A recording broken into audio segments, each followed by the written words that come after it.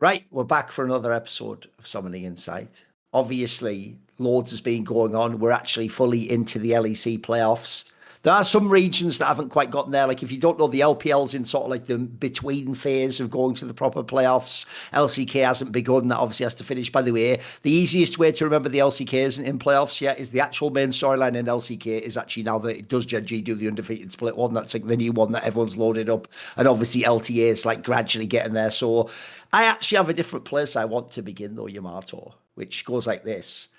I saw you made a video about a topic that has come up over and over and over and over again in the history of European League of Legends, and I wanted to address it, but in a different way than you probably expect. So you probably anticipated that I saw that thing where they released the All-Pro voting, and obviously one of the interesting things about the All-Pro voting, which I have to say, I'll actually every single time I remember this, I'll always give Riot props, which is I'm actually low-key surprised they actually do release that Excel sheet. They always used to do it as a PDF where you can basically just see who literally did what votes. It actually has full transparency. The only area it doesn't have full transparency is it does say LEC broadcast. I noticed they keep them secret. They changed that, bro. They keep some people secret, but you do get to see, for example, when a journalist fucks up, when a team votes for someone, right? You did a whole thing where the reason why I say this topic's come up again and again and again, Yamato, is if you think about sports, like if you follow like the Premier League, for example, the Premier League just finished yesterday, right? What normally happens is, you have like the team of the season and you'll have discussion among pundits, who should be the midfielder, who should be the whatever. But the difference is, Yamato, usually it's more like their version of being robbed is like, I picked the third best player to be the best, and you think he's the best. You know what I mean? That's it. Their version. That's crazy. Wow, man. Like the problem we have with the LEC one, if people don't know, and it used to be the same with the LCS one when anyone gave a fuck about the LCS or LTA, is it's not that like you get ones that are like, wow, there's a big dispute. Like, let's have an argument over who the fourth best jungler is. You get these ones where people either troll vote or they just intentionally vote someone that they know isn't the best because either they're incompetent and they're not good at knowing about League, or even worse, as we'll obviously get to now, they're like friends with the person, or they're from the same country as the person, or they know, or like they worked with the person previously. They have a conflict of interest reason that they like are biased towards, right? I saw you did a video and a bunch of other people did videos where people noticed, obviously Rich's Wrath noticed on Twitter, he noticed some of the people that were more in that second camp of like, oh, wait a minute, you voted for someone who's like your mate or from your country, or like this person, not because you think they're actually the best at their role. So actually, if people want to know, Yamato already did his own video on his stream where he did a full breakdown of like which people should be in each of the spots. He called out some of the people he thought were like, this is an egregious selection, and then there was only a couple that were like really, really bad, but he even got into that. So we can get into that in a second if you want, but I actually have a different question, which is, I want to ask this question. I have a pretty good memory, Yamato Cannon. If you haven't noticed, some people would say for me, it's a gift. For others in the industry, perhaps a curse. So here's my quick question to you, Yamato. Wasn't someone called Yamato Cannon back in the day one of the motherfuckers, if Thorin had been making this video, would have found some troll votes from? Yamato, am I missing something, homie? Were you not one of the troll voters back in the day? Was that not you, mate? Were you not one of the ones on those early putting some really weird fucking names? Am I wrong? Am I wrong, Yamato? I'm asking. I remember a specific one where I did it completely unseriously. I'm trying to remember which year it was. It'll be a long time ago now, but I think there was one where you did a few ridiculous ones, right? I definitely like. I guess it was when you were Vitality, if I had to guess. I think it was quite a while ago, though, right? I think it might have been like even in Splice or something Vitality. It was very early on, early on, where like I was. Like, I will blame age, I was like 22, something like this, and I guess the line. Here's the thing, obviously on these shows, I'm never ever actually talking to anyone who does these things. So I want to actually ask. You're a rare example of someone who like not only have you called it out now, but you did it. So I wanted to know, exactly why back then. What made you think back then like, oh, this doesn't matter, or well, just lol, I'll do it. Like, why did you do it? Basically, that's what I want to know. I think honestly, I remember my vote specifically. It's like I made them so blatantly. Like I wanted to use them as a jab, almost like as an insult to people. I'm trying to remember who I put in like the coaching staffs of the year, but it was basically like people that fucking ran it down in the split and had horrible runs, and I just put them in 1, 2, 3, just because I didn't think much about the coach vote in the first place, because it's really hard to know, right? It's just like team thing, team angle type shit, and for me, it was just like a form of warfare, childish warfare, so to speak, you know? Okay.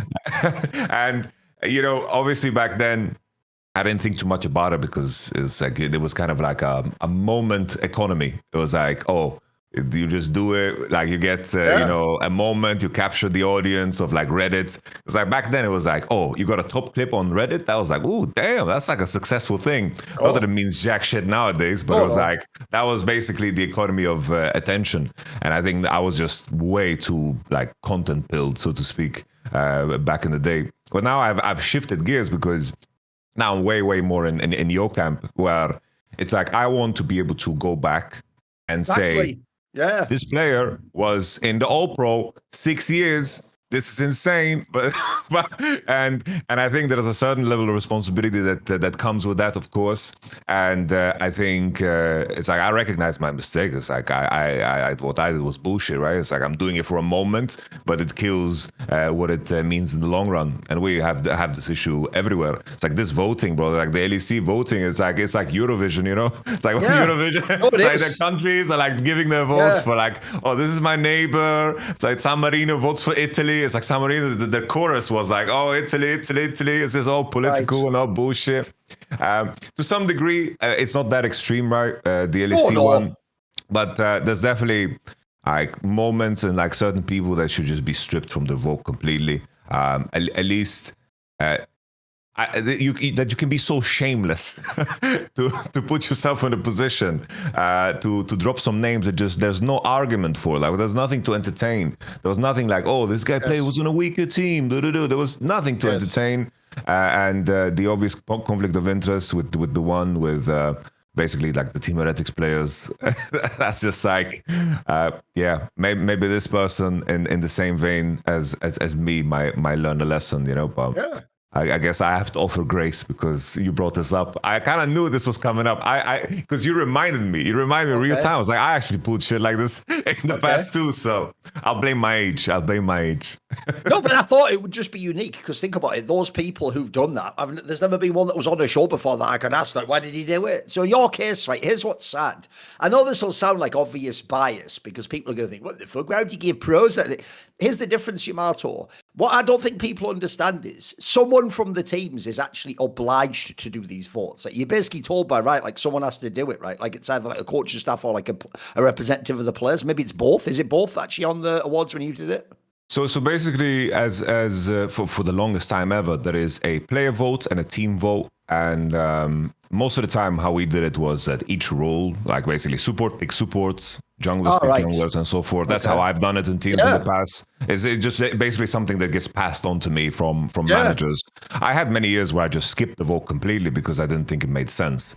Like and then partially, if my players were in the contention, it didn't benefit.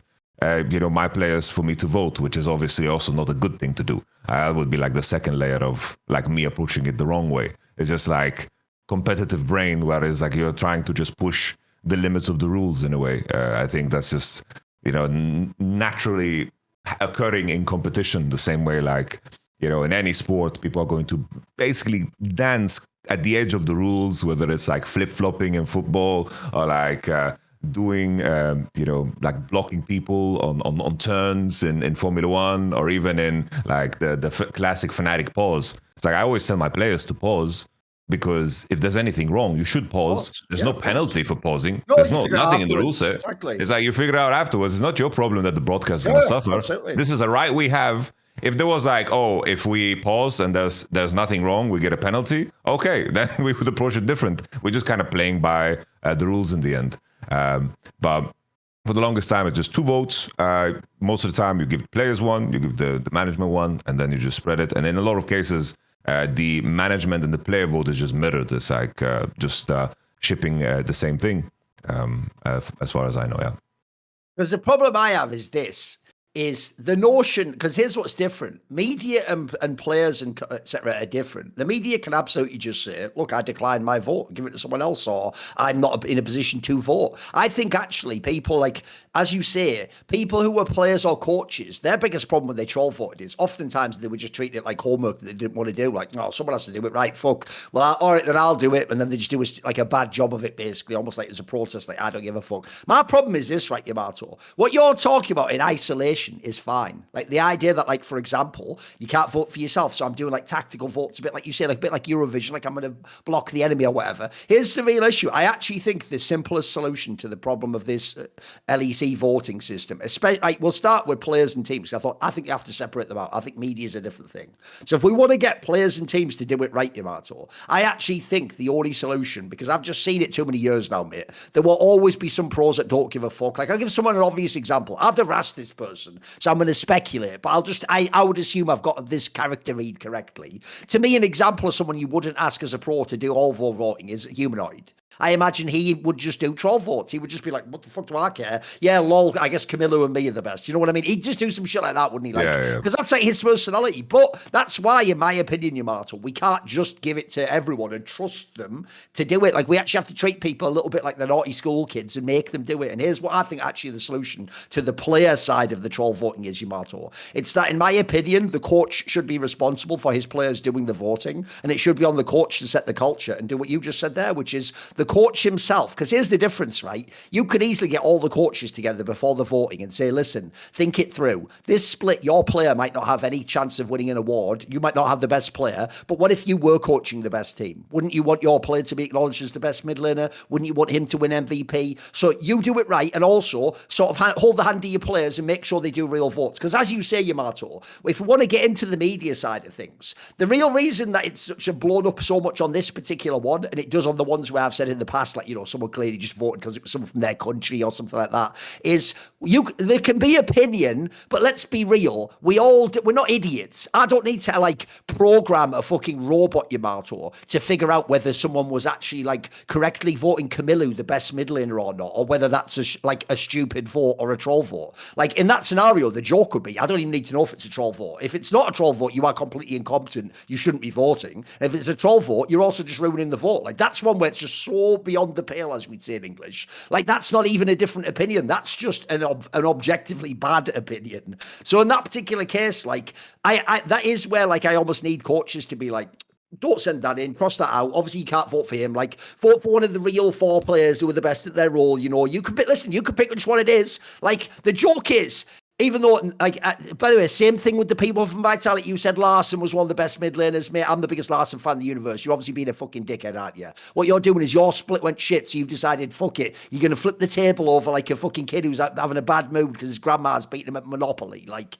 be an adult. Actually get your players to do it right. Because like I say, every coach will laugh. Well, you won't find it funny if you were coaching like think when Vethio won the MVP. What if you were coaching a team that wasn't the number one team, so it's not obvious you'll win, and then you want your player with the MVP? Like, that'd be really fucked up if he got denied by like 3 votes because, you know, the bottom 3 teams trolled and then put like the worst mid laner mid. That'd suck for your player, wouldn't it? Wouldn't that really suck in history, that in history he'll never be remembered? Because the reason I give the Vethio one is we all know his team was nowhere near the top of the table. They were never going to win the split. Like, that was his only chance to actually get acknowledged for actually having some pretty crazy Smurf splits, if you remember. He was actually killing it in that one. So then that one's to one side. The player one, I feel like we could fix. The media one, Yamato, right? I'm not going to do a massive thing about it. Like I said, you've done your content. I'll probably do my own video about this on my channel as well, where I'll go about the specific votes. We don't really need to get into that. Like, we could talk in a second about who should be the All-Pro if you want, but I don't want to do a discussion of like 50 people's votes. But if people want to know this example, I won't even mention them by name.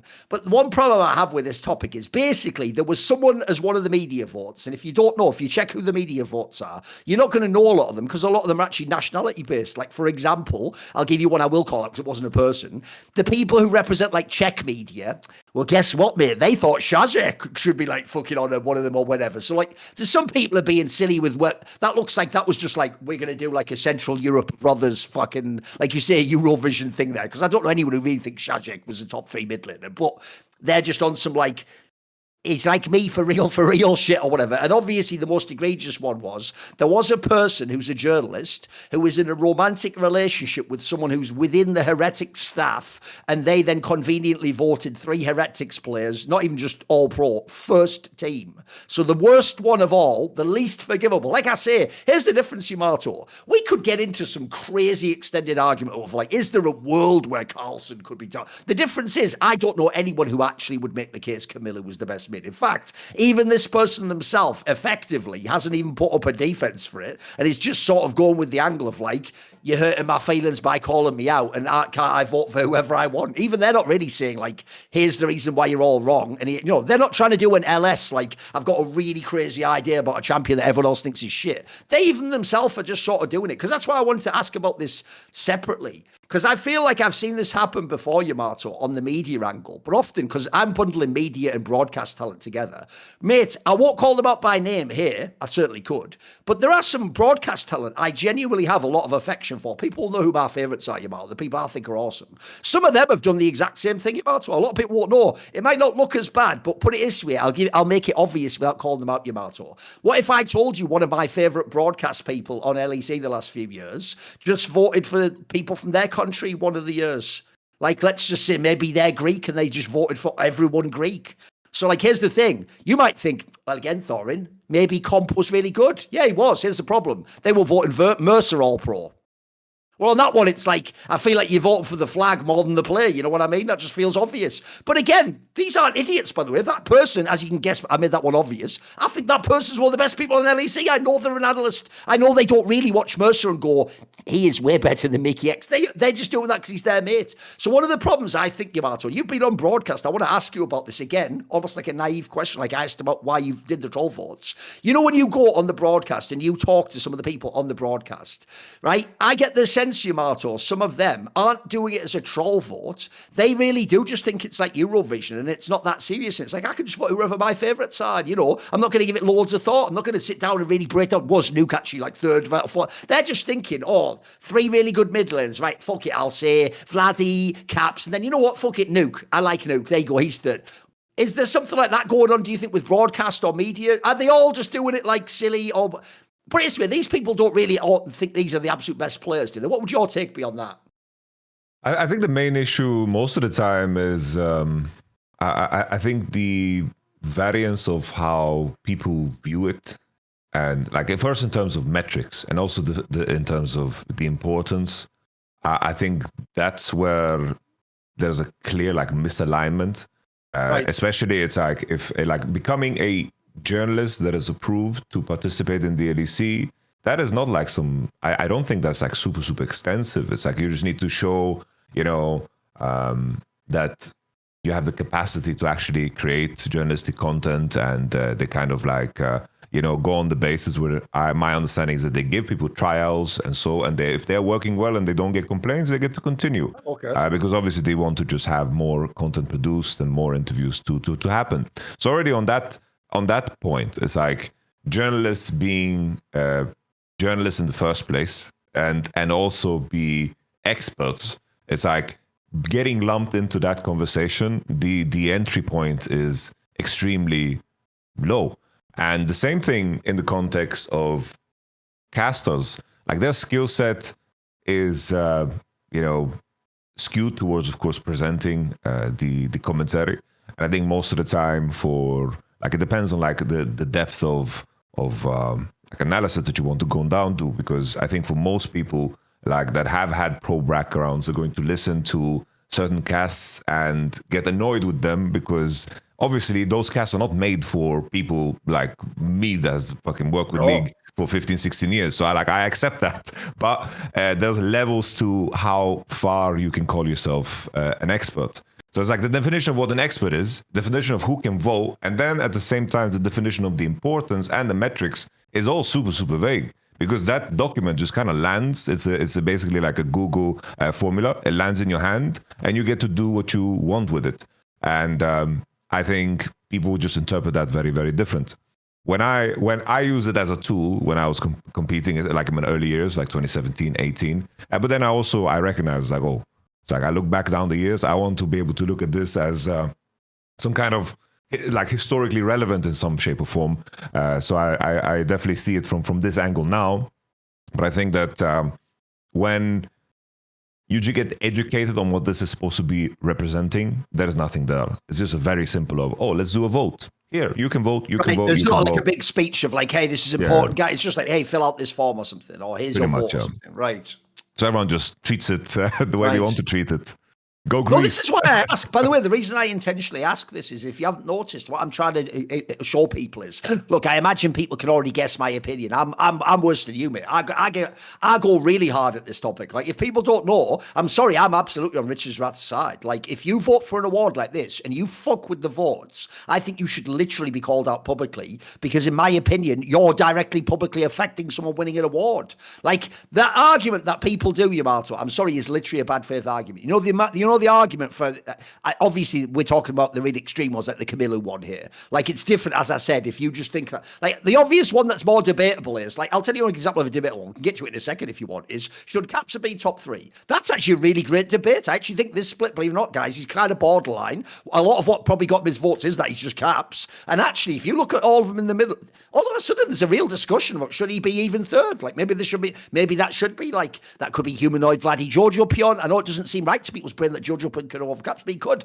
The point is, we can have a discussion. We can even do it in 5 minutes. The difference is, like I say, I don't know anyone who actually thinks Camilo is first. And actually, even the person who did put them there seems to have immediately, like, sort of almost admitted, like, yeah, obviously he isn't really there. I just voted for him because I wanted to. Like my problem on that particular topic is, I do think there are people, like you say, who I'm trying to point out that I don't think they are overtly malicious. I think they've just done something very stupidly and without thinking it through. And here's the key thing: they don't understand the importance of it. They think people like me are like whiling. It's like, no, because in history, it does matter to me. And here's the part that's bad faith: they will always say, like the Camilo one, Yamato, or back in the day, if you don't know, this once happened in Overwatch League. In Overwatch League, there was a female journalist who, because her whole thing was she cared about like feminism and stuff, she voted like third for MVP. The one woman that played in the Overwatch League. Now, Yamato, the woman that played in the Overwatch League was on the team that lost every single game, quite literally. So she wasn't even close to the MVP of the league. But this woman's logic, and it'll be familiar when I say it, went like this.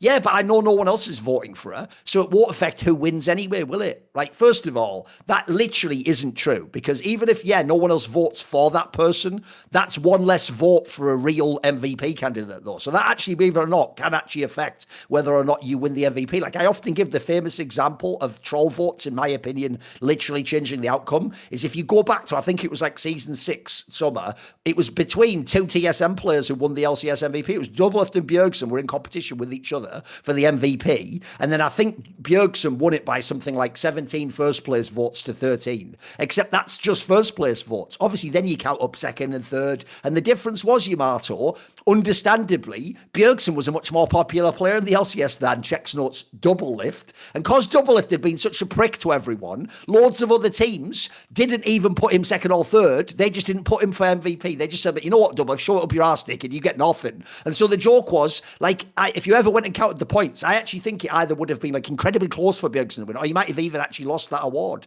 So the last thing to say is this. You know, when they say that thing, like, yeah, but it doesn't affect who wins because only I voted for them. Yeah, but you don't know that at the moment you vote.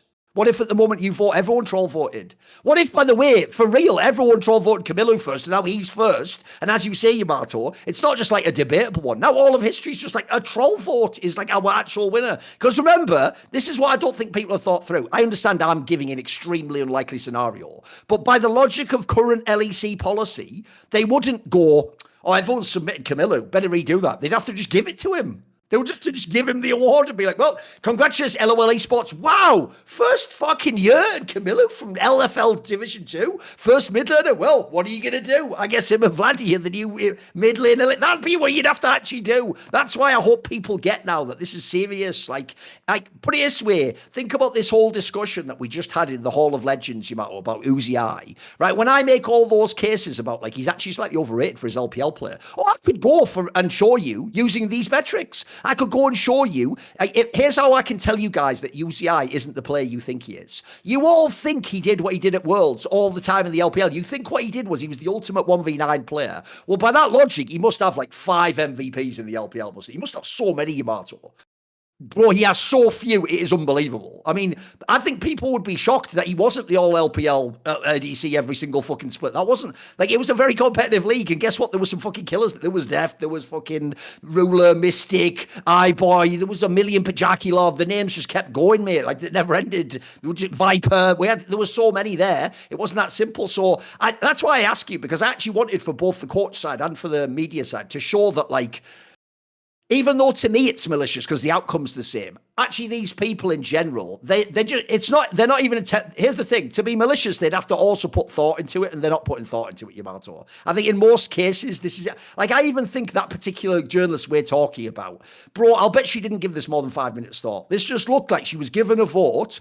Again, we can't know the setting. That's why I asked you about for being on the broadcast. For all we know, they walk into the media room and go, "Hey guys, can everyone here please vote their all-pro votes?" Well, in that setting, that's not serious. That's not like an exam, mate. You're sitting down going, "Oh, who even could I put for like support?" Stend, and then you just put one, and then you submit it. And in that setting, I know fans watching this will think I'm being too generous now. I'm not even joking. That person might not even be aware that they actually tell you on the document who voted for who. They might think it's even like an anonymous fucking vote, and it's just going to all be added. And so their little Camilo vote, no one will ever know. It'll just be like fucking, putting a fucking advert clipped out into the post box. It won't ever get there. It's just you just did something silly. It's a joke. Lol, look how random I am. It's that sort of thing. So, but I agree with you. The obvious solution to that one is this, Yamato. We're not even saying let's persecute these people by skywriting and put this fucking person's an idiot. The obvious answer, you nailed it in your videos, just take the vote away from them. Like, it's not a human right to be allowed to troll vote in the LEC All-Pro, is it? Like, just take the vote away and give it to someone responsible. Or don't do as many, because I will say, I understand, as you were saying there, it is weird because media aren't really like experts and analysts about the game. But they're doing that, Yamato, because that's how it works in sports. Like in sports, the media vote for most of the MVPs and a lot of those awards. So I think they're just trying to mirror sports. And also, they don't want it to be just the broadcast talent doing it and obviously just teams. But I have to say, if I were them, the obvious immediate first thing I'd do is, one, I would kick out a bunch of media people. Two, I would actually give the media a lot less votes. I would give the media something like 5 votes or something. They have, I think they have like 10 or more, mates. And then thirdly, I would just say, because as we nailed it here, what they clearly need to do is give instructions or guidelines to people. Bro, some of the guidelines, probably the number one guideline should say, do not just vote people from your country because they're from your country. There should be basic things like that, which again, I would have said should go without saying, but you have to almost treat people like idiots sometimes and just say it expressly so there's no excuse later. Because here's the thing. On one level, Yamato, it's not the end of the world. But if you do care about history, and by the way, I do, I put my entire adult life into literally this type of history, it actually does offend me, mate, when people vote like a troll one like that. Or even worse, like I say, if I ever actually add up the numbers and I do see someone missed a spot by like 2 votes because people fucked around, I hate that. That feels, something feels off about that to me, So I feel like surely we can fix this. It doesn't really have to be like this every split. Come on. I do think like there's a very simple solution. It's just like you do votings in rounds and you just do like an elimination vote where basically it's like you do a 1-round vote and then the top 3 or the top 5, you get to vote on them again and then you eliminate, right? Yeah, that's good. And then people are forced to narrowing down who's going into what spot, right? I see what you mean. Pretty much, yeah. And at least like every vote then will have basically like an impact. But I think what I believe the outcome will be is that they will just not make the vote public anymore. Like I think that's what the LEC will do. I think they will look at it from the lens, it doesn't really affect things, and players that belong actually got it, and it's like these troll votes didn't matter. They're just getting flame, so we're just going to not make the vote public anymore, because the fact that they removed the talents' names, that already is like that is a bit suspicious. Yes. Like we see LEC on a talent. There's what was it, like 5 of them? It's like who is it? Is it Nightmare? Who is he? In some level, it's actually dirtier, because the joke then is actually all the legit ones might get thrown in there too. People might be like, "Oh, I think it's Nightmare. He's biased." For all you know, he voted properly. That's even dirtier. He's going to get caught by someone. Bro, they're gonna just not make this public anymore. I think that's what's gonna happen, and they'll just like release the points. I think that's like the normal progression of this, and It's just sad because, like I say, I actually do look. As long as we keep everyone doing reasonable votes, I think it's really good to be able to see who voted for what. I think it's really interesting too. Like, here's another thing that annoys me, Yamato, because if you notice, I'm trying to make a bunch of points that weren't in your video and won't be in mine, like addressing the bigger thing. Let's do like the other topics to make it like an interesting, well-rounded discussion. Another thing I want to be able to do is actually treat these as real votes. Like, I'll give you the obvious example, Yamato. Sadly, I do think Vitality was trolling with that Larson one, but you know, every now and then you'll get one like that that's like a real one where maybe someone just in scrims, they like the joke here would be this clearly didn't happen, this split, but there've been past splits where that would actually imply, like, because sometimes a vote like that can be real, that might be like, right, every time Vitality actually for real scrimmed against Rogue, actually he did smurf, maybe he actually was super sick and they were like, this guy's better than actually his team looks. Like, the obvious example for his team, by the way, wouldn't have been Larson, it would actually have been Adam. I don't think everyone voting Adam top 3 top lane as being a dickhead. I think top lane's actually a pretty weak pool, and maybe there were people, they were just the victims of when Adam had the good games. Maybe they do think he was the third best top. That's interesting. Like, if I can actually see, that's interesting. So this team does think like Adam was better than Broken Blade. Like, that doesn't have to be a troll vote at that point. Maybe that informs me about how they saw the game or where their weaknesses. That would be cool. That's actually interesting to pick apart and ask people questions. But obviously the problem is the second you open those documents, your eye immediately goes to all these crazy votes, don't they? Where it's like Camilo or like, you're from the Czech Republic and everyone Czech Republic gets voted. Like, those are the ones that immediately distract you. We almost can't get into the real topic. No, 100%. I was like, I remember, like, even that 1 year was very, very unique. I think it was the 2023 year for MVP. That was a very, very interesting conversation because, like, Mickey was a glaringly obvious one because he was just a consistent force in G2. But then the next ones in line was like Crowny and Jankos. And then there were like some other players that were outliers there, but I remember that conversation and looking at some of the options that people brought forward was super, super interesting because like the how you evaluate a player's impact is an interesting thing to kind of dissect. Like, even last split, like 113 was someone that I would consider like potentially like a top 4, top 5 on certain moments, maybe even a top 3 MVP candidate just because of the impact he had on BDS. Yeah. Like, there was that series against Fnatic that they like pushed him really, really hard, and that split was kind of messy. But that conversation is very, very interesting to have. So I'm with you 100%. I like when people bring angles that you can entertain even if you disagree with them. Like, that's what the whole point should be, if anything, for sure. No, if people haven't noticed, it's actually one of the weirdest myths about me, mate, is, you know, people will always, if people are haters of me, what it usually gives away actually is that they just don't know much about me and they have some weird like caricature of who I am. Like, maybe they just don't watch my content, so they really do think it's all just 24/7, like Reckless sucks and Phil Froggen is the best, which is like, even when I used to do that back in the day, it was like half a joke, you know, it just became like the stereotype of the show, didn't it? But what people maybe don't realize is, one of the things about my content is I actually love having debates. It's why I made these hot take shows where people can intentionally have a ridiculous take, like Caps is still the best mid laner or whatever, even though that to me that would be bonkers, because the whole point is the take itself isn't the juice, mate. It's the reason why. You want to know what possible reason, and if you have some really crazy reason, it gets interesting. So I actually thought the one position today I do want to discuss with you is the All-Pro mid lane, though. Now, look, problem here is some of this will be tainted by we did just see Fnatic play G2, so that's hard to get out your brain. But if we just think for a second about the regular split, Yamato, I actually do think Fnatic and G2 are the obvious two, where we're getting the opposite effect, but it's clearly just name value. Because here's the problem. I saw you had a similar take. Like, first of all, I noticed for a lot of people, Caps did still creep in there. Listen, he was almost never first place, I'll notice, which is fair. It was most people were picking between Vladdy or Jojo, it looked like, for first. But I noticed Caps got into a lot of thirds and so even the odd second one, right?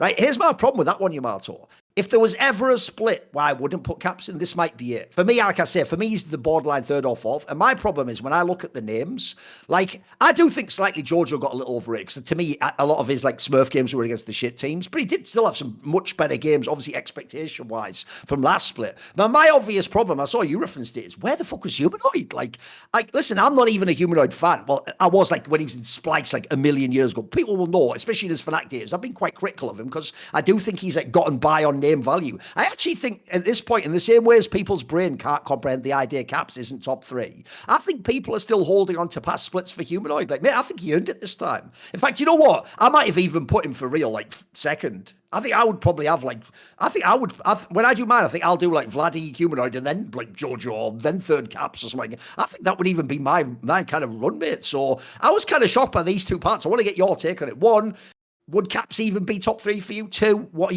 you think of this Humanoid angle? Because I do feel like, people are going off past years for these guys at this point. I don't feel like people are twiddling in on this split as much. Yeah, I think the main thing for me is just Humanoid's impact in the games where he played against his direct competitors. I think everyone's going to look at that Koi game where he played at LAN. Like the losses that Fnatic had in the regular split were ones that were harder to forget. It was one series against SK that was completely atrocious, and then it was that game 3 against Koi. But other than that, they smoked pretty much everybody. Like their series against KC was very Fnatic favored in my opinion, besides that first game where Fnatic kicked into gear and they like demolished. It was the same thing against G2. It's like already on Seoul, Humanoid was making fun of G2. Humanoid had a very, very good regular split.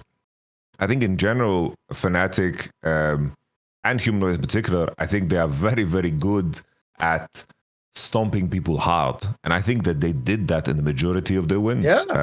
Like if it wasn't, if let's say that SK series, which was obviously a part of it's a part of Fnatic DNA at this point, so it's hard to like discount it. But there could have been a world where if it wasn't for that SK series, Fnatic would have ended up first. And certainly. I think on any other day of the split, they're going to beat SK because SK turned out to be, of course, the worst team in the split, by far. And if you watch it, they throw the fuck out of one of the games as well, mate. Like, it was pretty close. Yeah, it was like that Nara engage from Oscarini was just so atrocious. And obviously, people are going to say, yo, this is just what Fnatic do. And I think that's completely fair to say because Fnatic fucking pull this shit all the time. But Fnatic's regular split was a very, very good one if you are willing to remove yourself from, of course, that SK series. Because otherwise, all of a sudden, Fnatic is 8-1. They went head-to-head against KC, and they were first on the split. People would view them completely different. And I'm not going to look at that SK series and just devaluate everything in totality the same way the score being warped in one direction would have also warped the vote completely in totality.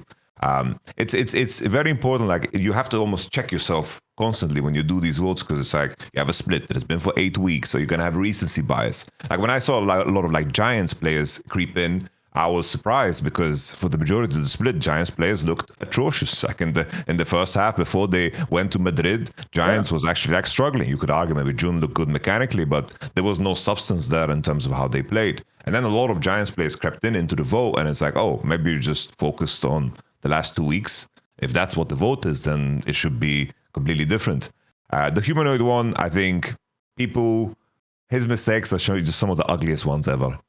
So I guess people just didn't want to put him in there. There were some people that put in Humanoid. Funnily enough, I just checked and it was the Czech media. I know, that's what I mean. I know, it's what I mean. So you don't even know if that's real, do you? I know. It's just, what do we do with that? You know? So I'm in the boat where I think Vladdy first, just because of the range he showed. Vladdy first for me.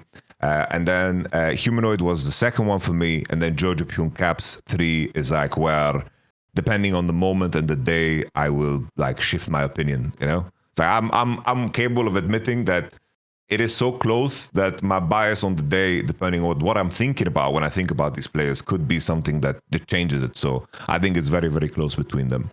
But I think for Jojo Pyun, the romantic part of the story is just how trash he was in Winter and how impactful it is to have a good mid lane. It kind of brings me to that conversation, which is obviously is very different, but this whole topic of Poby, Faker saving T1 and T1 basically being bots.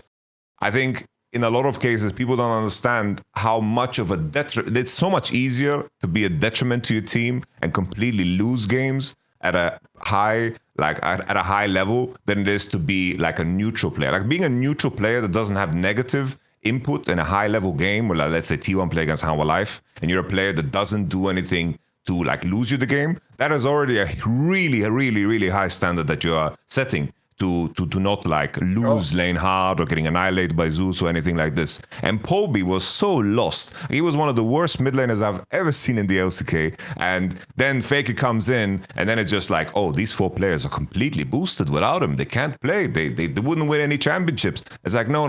It's like we don't know how GenG would look like if you slot in Poby. Exactly. We don't know how like if Humanoid ran it down all of winter and then played better now, are people going to view him different? It's just, you need to always like stay clear, because it's like you're running down a highway of all these biases that can come from different directions, whether it's recency or just like things that stick out in your mind. And I think Humanoid is definitely a victim of that, because look at this best of 5 he had against G2. It's just a lot of memorable shit that is going to take you years to forget.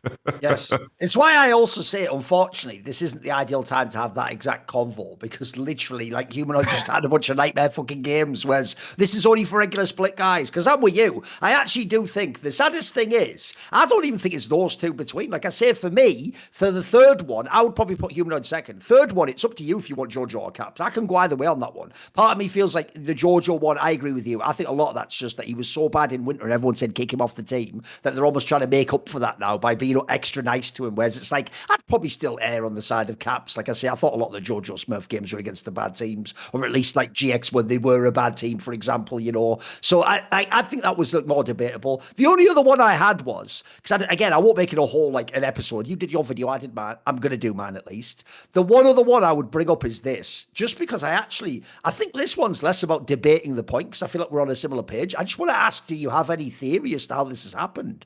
The one that really shocked me, Yamato, is I can come up with a theory as to why, because I agree. Humanoid has been considered an overrated player by certain fans, that the second he does something bad, like everyone remembers that one where he tried to do like a gank bot lane and just like died from doing it or whatever. Like, anytime he does a bad play, it does stick in your mind. Whereas like the Joker Caps is, if Caps does a bad play, you forgive him because you go, that was rare. It's Caps, he'll get it back. But the one I don't get, the one that I really was shocked by, is that Skewbon didn't even make top 3. Like, mate, I don't know if I'm living on another planet on this one. I think he's the best jungler.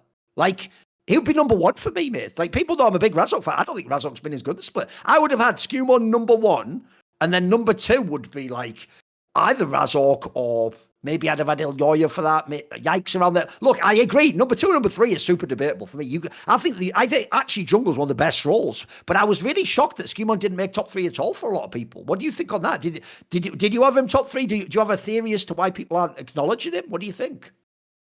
I think now that I got time to like reflect on my own, because I did in my own also take Yike. Now that in the aftermath and the reflections, like now that I have let like the video marinate, because usually it's like I just put on the camera and I roll and I just blurt out all my thoughts, nice. Rock and roll and go. I think Yike just became the easy option, because I think jungle is the one where it's like you can argue for so much here in the jungle position. So yeah. Shio as well. I think this is a really stacked role, mate. Shio, Skewbon, like Ilyoya was really damn good the splits. Absolutely. I think Razork still is like, for all his faults, especially in the losses, like the SK and the Koi one, like the Vi game, like his first 15 minutes, like you could even see it in the series against G2. His first 15 minutes are so demonic. You could remove nameplates and maybe the first 15 minutes and you think, oh, this is fucking, is this Kanavi? Is this Tarzan? What's happening here? And then he just like, really, it devolves into degeneracy as the game continues. And a lot of the games were stomps off of the back of just like Razork and Mickey just driving home the whole early game. So I think I can see the arguments for that too. In regards to Skewbon, he had like insane carry games. But I think if anyone wanted to critique Skewbon, would be that in games that are even, or let's say, straight up like they are behind, Skewbon was a complete like passenger and very, very passive.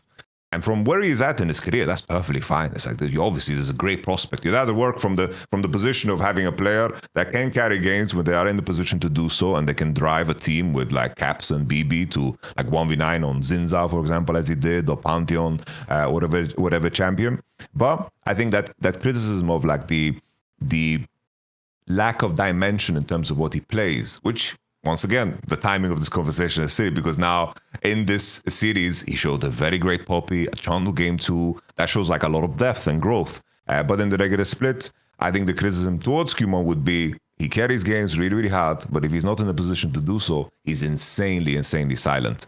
And I think the junglers above him just happen to be more, let's say, well-rounded. But if someone told me Skumon second, third, even first, I could see that, definitely. I feel like the jungle position is definitely like open for conversation. And as silly as it may sound, it's like the voter who put the Team Heretics one, if only Shio showed up there, I'd be like, what?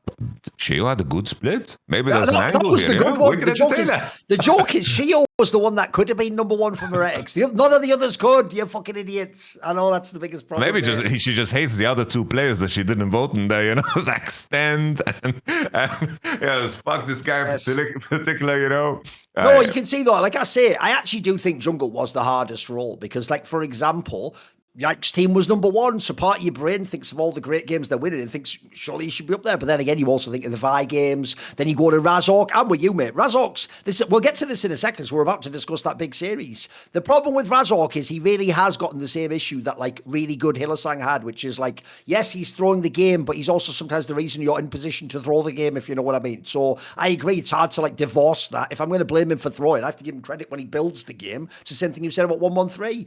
And obviously, I actually do think Shio's probably the one that'll get slept on because of where his team was. He actually was fucking unbelievable. Put it this way, all I'll say is this. Shio's the one who, like, I think that's like the jungler's pick, if you know what I mean. Like, if you went and asked the other junglers or the coaches, loads more of them would have Shio up there than a fan would. A fan would have just put, the Razorks, the Yikes of the world. But no, I think to me, again, to reference the Caps humanoid one, I really think Skumond was just a victim of G2 not being considered a top team. And in fact, remember, up until the last weeks, they were even in a position where they could have missed the playoffs. So I think people in their brain are doing that thing where they're like, wow, G2 was having a worse split. Wait a minute, Skumond is the rookie. I guess he didn't play that well. It's like, bro, he played awesome. Like, if anything, I think actually what proves to me that player is going to be a really great player in LEC is it's like you say, even the games I see where he didn't do that well, they almost like in contrast to all the games he wins, show me actually how good a player he is. Like, because I'm with you, mate. His whole style clearly is. He's going to be the next like inspired El Yoya. He's not here to be like, oh, hey, I'm the dog jungler. Tell me to come to your lane and my power laners will carry me. No, this is the guy that's like, right,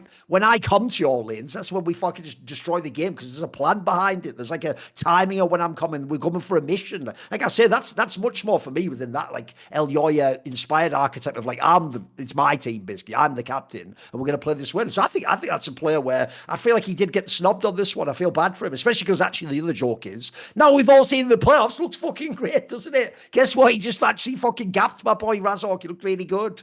Let's talk about this series then, Yamato. But if we're going to talk about great players and the factors for winning, something, a bad segue.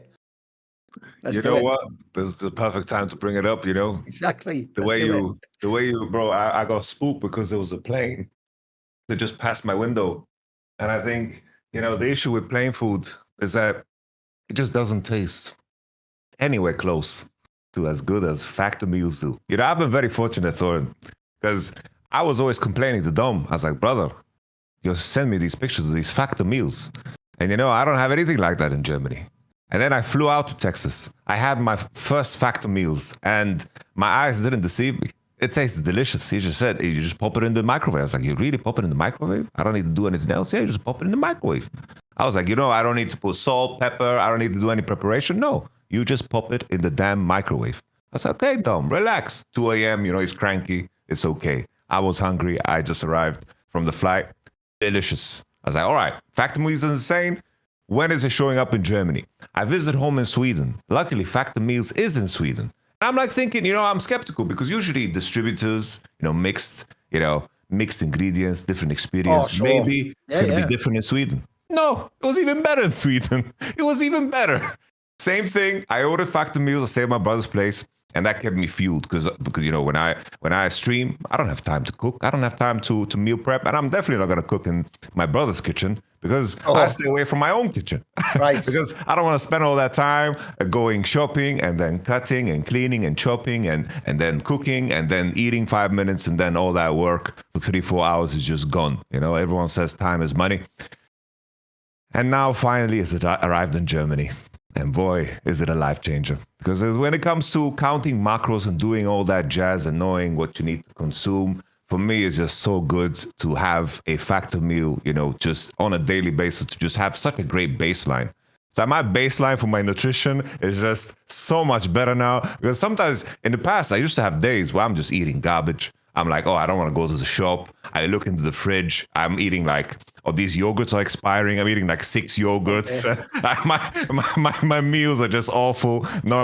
Now my baseline is so damn high. I get my protein in. I think it's so cool that you get to choose what, you want your nutrition to represent, because I think the tricky thing always with cooking is also like all the measuring. If you want to count your calories, it's very, very tricky. It gets hard fast. So for me, the incredible thing is easy in the microwave. They deliver it. It tastes delicious. Usually, I've always been super skeptical about like the taste of meals that just throw in the microwave. It tastes damn delicious. You can cater it to your taste. You can cater it to your nutritional needs, and you can save so much damn time. And it just feels like I have like my own personal chef. It's like a little goblin that is in the fridge just cooking meals for me. That's basically the equivalent of this. Okay. So the Factor Meals has been carrying me. So shout out to Factor Meals. I suggest anyone out there to support the show, get on to factormeals.com. Use the code LFN50OFF to get 50% off, which is absolutely nuts. I don't know how they make the money back on this, because 50% off is absolutely crazy. I think it would be silly to not try. So I say it again, factormeals.com/LFN50OFF. Go and upgrade your life now. Get your own personal chef in the fridge. Do it now. I will say as well, I am actually a very picky eater, but I actually also was very surprised by the quality and actually the flavors and the tastes and stuff. Like I say, I even some of the ones that like it wouldn't have been the one I would have chosen, because I just got like the first like whatever menu when I did this. Like even some of them will surprise you because of how good the ingredient quality is. I'm with you. Also, if the checkout it says like, how did you hear about us? Just say LFN please, or some on the inside. Because by the way, that might sound like a minor thing, but that sort of thing, because obviously it's rare to get a human to actually do something, that goes a long way, believe it or not. Don't just buy it and getting the saving. But if you mention us, that does actually help us in terms of like the campaigns and the fan engagement and all that jazz. Right. Let's start talking about LEC Playoffs. Because as I say, Yamato, mate, this is almost where the Fnatic G2 series actually like really did just have too much like historical importance. Because bro, I actually almost feel like people were too out of breath that they didn't notice. Right after you had the insane fucking KOI KC Giga Bagger, where like KOI inexplicably won. Like, by the way, this is where if you're Fnatic, you never can catch a break. You go first, completely shit your pants in front of everyone on stage, and then everyone just doesn't even notice. Like, wait a minute. Everyone said Kami Corp was the best team, but they've lost as well. Like, but that doesn't matter because Fnatic's already made fools out of themselves. By the way, you know what? People will know in the past, not just because of the quick shot thing, but I'm a hater. I've done loads of broadcast work about. I can call people out for these things. I'm not a big Goldborg fan. I don't think he's very good on camera personally. I'm not like as in his humor doesn't vibe with me. I'm not a big fan of his style, how he does it. I actually think he has some technical issues I could talk about. Like I think sometimes essentially like on the broadcast he diffuses people's jokes by accident by trying to help him, be like, hey, and then this. And it's like, I haven't said the fucking punchline yet. There's some of those things, right? But I'll tell you what, that segment they did with him, fucking perfect. That was a really funny segment. The one where after the first game where Fnatic was winning, they did that whole thing where he was like talking about the reasons why like this was their split to win, and they were gradually putting the clown makeup on him. You maybe didn't see this. Like he starts talking, and then as he's talking, they put the wig on him, and then he's going, and I think actually this time they've got him like nailed. They're gonna like 3-0 him. They put the nose on. They start putting the makeup. But the joke is like Chox's thing. It actually then happened like on cue. Then Fnatic really did just blow the whole series and shit the bed completely. Because Yamato, here's what's sad. I hope this series makes people aware of why every single split we've done the same thing. Where even if Fnatic does awesome, we do the whole thing where it goes like this.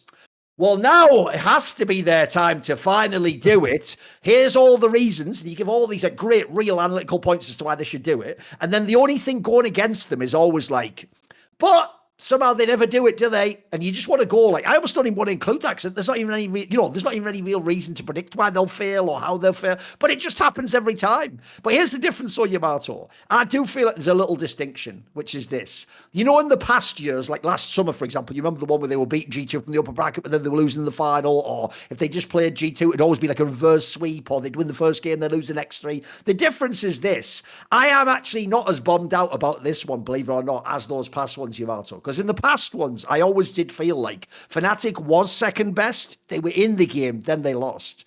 In this series, if I'm actually Fnatic, this might sound like crazy copium because we did just blow this series completely and it was really embarrassing. At the same time, if I was Grabs, I would tell my men, mate, we could have won literally every game in this series. Like, we were right there. Like, we actually had them completely. Like, think about, like, the last game, mate. We had them, like, against the wall. Like, this really could have been our series. Yes, we fucked it up. Yes, by the way, you can almost everyone except basically Upset can take some blame for this one. You know what, Razork? Yeah, you did almost win some Yeah, the joke is, Razork was cosplaying 1-1-3 in this series. You had loads of times you got me in position with insane moves to win the game. Then you also contributed it right back to the other team. Oscarinin just had his worst series of probably the whole fucking, maybe his whole career, mate. This was like, he's gone from being mega consistent this whole split. It's sad because people will think of past splits where he's up and down. No, this was his best split into somehow like one of his worst playoff series ever. Humanoid was up and down. Like, this was kind of a mess.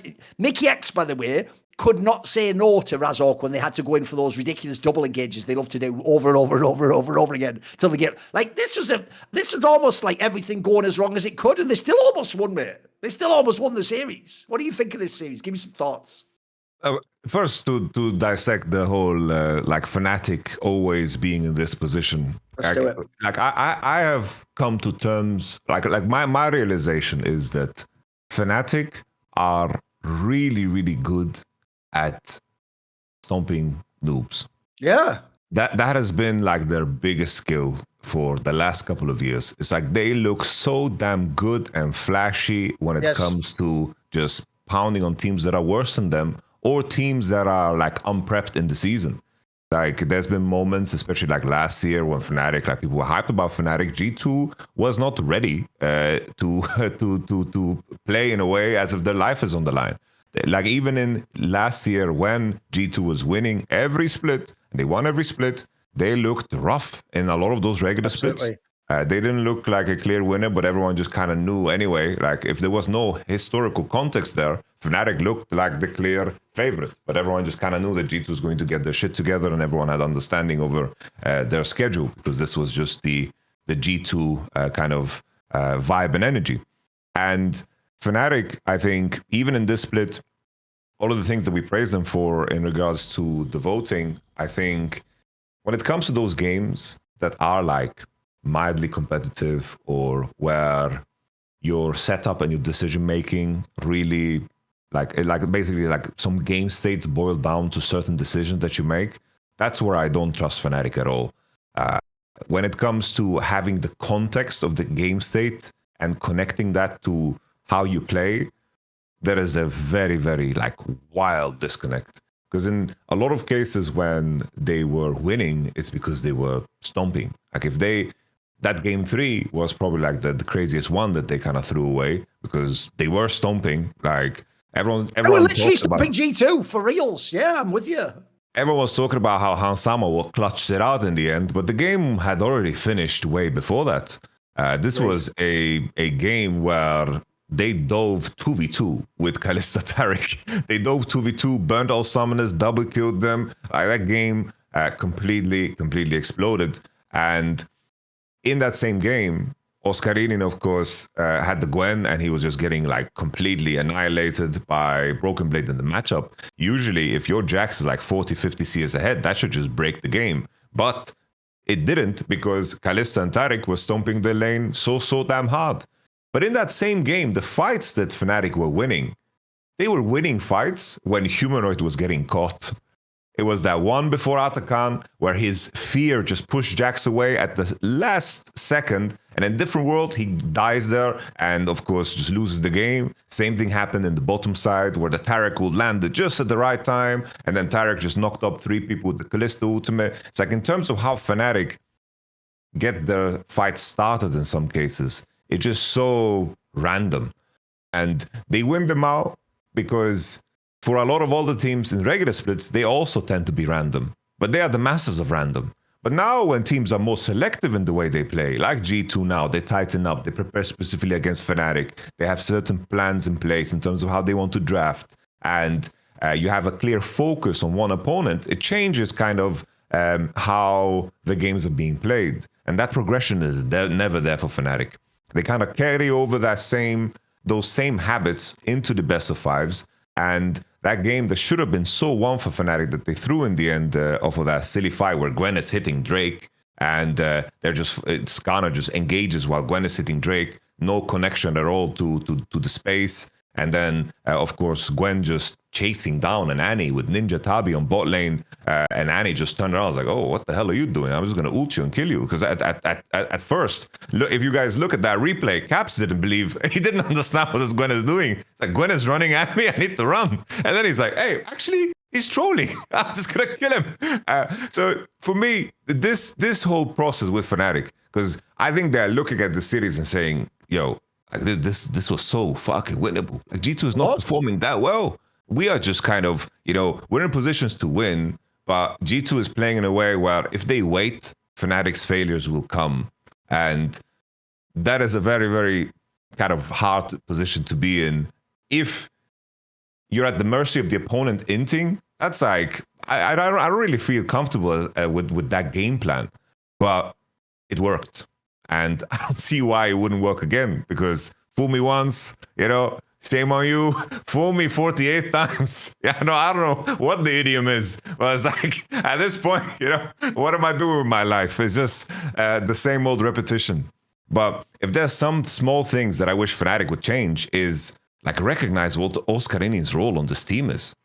Why on earth is he playing Gwen? Why is he playing Camille? It's like, I praise him for being the type of player who is willing to, of course, play everything. I think that's like the let's say, the edge he has over BB and Kana, who are specialists in what they play.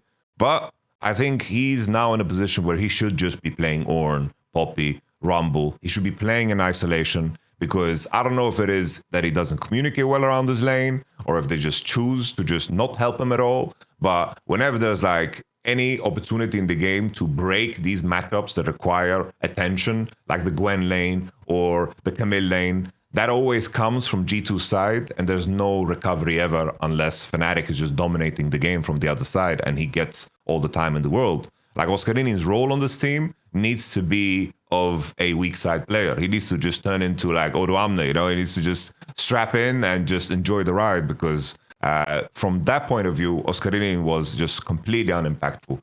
And as a follow-up, I think Razork, strong early games. As the game proceeded, the Sejuani game, just like driving himself into Trundle over and over again, had Aftershock. Like, these are things that you just should know. Like, you experienced Razork. We've talked about it so many times on the show. It's like, you're not a rookie anymore. You should know that you shouldn't be dropping Aftershock into Trundle and completely just one-shot in any of those scenarios. The Skarner turn 2 was super disappointing. The Pantheon, it's like, he's completely dominating the game, and there's like every ult that he's just dropping at a certain point in time is just straight into the enemy team, giving, of course, that game to of course, G2. And then finally, Humanoid. I don't know how you can be in a position like that Hui getting caught over and over again. Like the sequence of events, I mentioned him getting caught in the bot tribush. I mentioned him getting caught on the bot fight. I mentioned, like, before all of that happened, he gave 1,000 gold away to Xayah for no damn reason on mid. All of his teammates are basing, and he's just contesting a neutral. Like, I don't know what he's trying to prove, what he's trying to do. Humanoid, same thing. The way, the level of carelessness he plays with. It's like he's just face checking into every bush as Talia. Caps is just solo killing him, because Caps is like sitting there in shock. It's like, what is this guy doing? Oh, well, he's just trolling. He's fishing into Ahri, and as Ahri into Talia getting solo killed twice in the same game when you're in a winning position is just unacceptable. Completely unacceptable. And once again, it ties back to that MVP thing. It becomes so tough to defend, because shit like this, at some point, even if you're gonna have good regular splits, Humanoid, I'm not gonna put myself up against that smoke, because this is what you're delivering the day after. What am I supposed to do with myself? No, I have to say, to me, there was a whole bunch of angles on this. Like, first of all, I'll go in reverse order. On the humanoid one, mate, I've seen this before in other esports, right? Bro, this isn't even about humanoid's ability level. He just, you know what everyone says? Fnatic has a block against G2. No, humanoid does. Humanoid does this thing where, like you say, the joke is humanoid plays internationally against the best mids better than he does domestically against G2. I don't get it. Like somehow when he plays the G2 series, that seems to always be the one where he underwhelms and has like a bad game or a nightmare fuel. Like, by the way, he even in this series was doing some of the shit Nuke did in the regular split. We just build really weird as well. Like what? Like why are you going this angle? Like that fucking Oriana just wasn't it, mate. Like what was that? Like that's one of those ones where it's like, listen, man, I can forgive like the in the game plays, but why are we doing like what thinking was going in your brain on that build? And then also, I'm definitely with you on the Ascarian one. I don't know why they switched it up. The reason I thought he had an unbelievable split personally is because he did just play the ultimate weak side, which guess what? That's the reason why Upset is being considered MVP candidate, because he had what you dream of if you're a fucking ADC. You have a consistent weak side skilled player in the top lane who's not doing it because he's shit. He's doing it because he chooses to. He's choosing to make the cut. And instead, we go into this series against our biggest rivals, no matter what anyone says about the league standings in case it's still G2 you want to beat if you're Fnatic. And also, like in this particular case, why are we going to switch up the top? Why are we suddenly doing like LPL carry top lane picks? Like, what is this? Like, that's such a weird pivot to me. That almost screams of like desperation in the draft or something, mate. And then I'm also on the Razork humanoid one. The Razork one is a killer because, bro, this is why I reference Hillsang. I don't know any way out of this. Like, as you say, he's not 21. This isn't like his second year in the league. This guy is 24 years old. He has been in LEC for something like 6 years now or something more like that. Like, if he was going to change, he was going to change. This is like Hillsang now, mate, where it's like, the problem is people always wanted with Hillsang to just say, don't do the int at the end. But I always used to say, yeah, but the problem is the int to him looks the same as the 3 amazing players he pulls off before that. Like, if you tell him not to do the int, he's not going to do any of the other players too. And I actually do think if you look at this team very much is like Razork. He's like a microcosm of Fnatic. What do they do as a team like you just described, Yamato? They're the best front-running team. They shit stomp you for the first 15, 20 minutes. The problem becomes, if, as you say with G2, the other opponent not even can match them, you just have to wait and you have to be skilled enough to catch the throw. And by the way, as you pointed out, mate, most teams this split couldn't catch the throw. There's a lot of other really good teams out there. We're in position, and their hands are too much. They just couldn't do it. Because I'm with you. What's funny is it'd be very easy to watch this series and go. This is why, if you notice, I tried to make it distinct from last year's G2 and Fnatic. Last year, what you'd go, see, G2 was just chilling in regular split, but in the playoffs, they always had Fnatic in their back pocket. Now they're going to go on and win the split. Like, I don't even know if that's true, by the way. When I watch this series, I agree with you. I actually think to myself, this wasn't like an amazing series for G2 either. They just were very like capable of catching the throws and actually punishing the mistakes. But I'm with you. If you tried to sit and do that against GenG, you'll be waiting forever for that chance to come in. They're not going to give you the same in. They're not going to give you that like nightmare fuel. Razork inexplicably goes in, and then Nico, Mickey X is going in as well, all just dying for free. And then we don't even have a tank. Like, you're not going to get that fight where you turn it around and easily win that. Versus an elite Asian team, you're just going to get murdered if you try and wait to that point in the game and you're that far behind. There'll be no way back. So I'm not going to diss G2. Obviously, they did win the series, but a lot of this to me was like, a lot of it was on Fnatic losing the series. And what I'm trying to get to here, Yamato, and this is my problem. The reason I reference Hillsang is I don't think people appreciate that, like, it really is like almost like a fucking Greek tragedy where your strength is like a different manifestation of your weakness. So in the same way as people can see when Razork fucks up and does an over ambitious or aggressive play, yeah, but those plays are part of why Fnatic, as we're saying, is probably the best front-running team in Western League of Legends. Like, when they get on top of you early, mate, they're suffocating. Like, that's really hard to play when a guy can just keep making plays like that. Like, I think it's way harder than people realise to tell Razork, like, just be more conservative, because it kind of takes away his essence at that point. Don't you think that's a problem that Grabs has, mate? It's like, put it this way, Yamato. If I'm Grabs, I can't really tell them, don't ever play that way again, because that's our style. Like you say, that's been working most of the split. We almost even won this series off it. So how do you do it? How do you manage to get them not to do the ints, but to still do all the sick plays? Isn't that a kind of a dilemma? I think that, it's just the main core of the strategy and the foundation of what you bring to playoffs. I think that if you want to deconstruct the team, it needs to happen at the cost of your regular split performance. Right. Like it needs to happen so early. It's so easy to get lost in like the victories and the positive feedback in terms of how you play. And I think the challenge is, even as a coach, you can recognize that, because I saw Graz many times after wins, they're like, we played bad, we need to work on this. That's and true. he pointed out, it's like you need to fight the player's illusion of also that bias of winning, meaning that they did the right things. That's like the difficulty in that challenge, rather than recognizing it, because I think we've seen so many times teams fall for the same poison, where a regular split, they look fantastic, and then they fall off because there was no sense of progression. It's kind of like a poison pill. But there's many factors at play. There is the player's view and fighting that view, and also, of course, your own personal view, because now the fact that Fnatic don't structure their whole year around figuring this stuff out is just the main, pain point. Because if they sacrifice the regular splits and they've like landed on, like, let's say 5th, or like, let's say 6th or whatever, and this came at the cost of trying to, step back and then build your habits again, I think that'd be fine. But if we take a look at like Fnatic's regular split performances ever since that Noah Trimby split where they came in, I'm pretty sure Fnatic is like consistently, like I don't remember a time where they were not like top 2, top 3, and in a lot of cases even first, right? Yeah, absolutely. And then always the playoffs look rough, even in winter. It's like that BDS series was very ugly. And then in the end, it's like the KC series was very competitive. But this was at the time where, of course, we didn't view KC after that G2 loss as a team that would make it to the finals and win. So I think it's just a question of, now you are in playoffs. This is not the time to deconstruct anything. This is not like, now it's just a question of performing. Yes. And Razork has a player profile, just to like continue on the point that you made. It's like, this is a player that is doing triple backflips.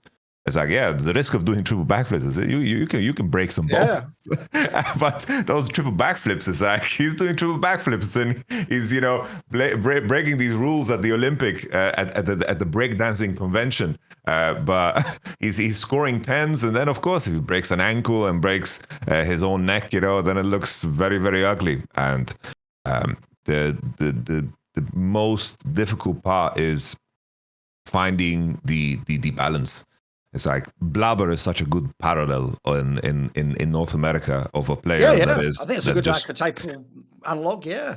Just functions the same way. It's like when he's driving the game, early game looks insane. It's like the one game they suffered against Team Liquid was like when he was playing Maokai. he was trying to pull some stunts still on Maokai, but that game was very, very close because he didn't have the same level of tools and the same level of opportunity to be as creative as he would like to be. Usually players like this, they have a kind of an emotional connection to the game where they connect activity to winning and inactivity to losing. So they push themselves towards activity. Like you mentioned Hilly. How many times have we seen Hilly in a losing position playing Lulu, flashing himself with Lulu to get a fight going, to find an angle where he comes back into the game? In some cases it's a correct thing to do, but in some cases it's a very bad thing to do. It's like, your Zeri is almost 4 items, just chill. It's like, but inactivity just feels wrong for these players. And I think this is just, you need to sacrifice a lot to break that down. But especially, it's like, if you take like the winter split format, it's so poisonous because of that.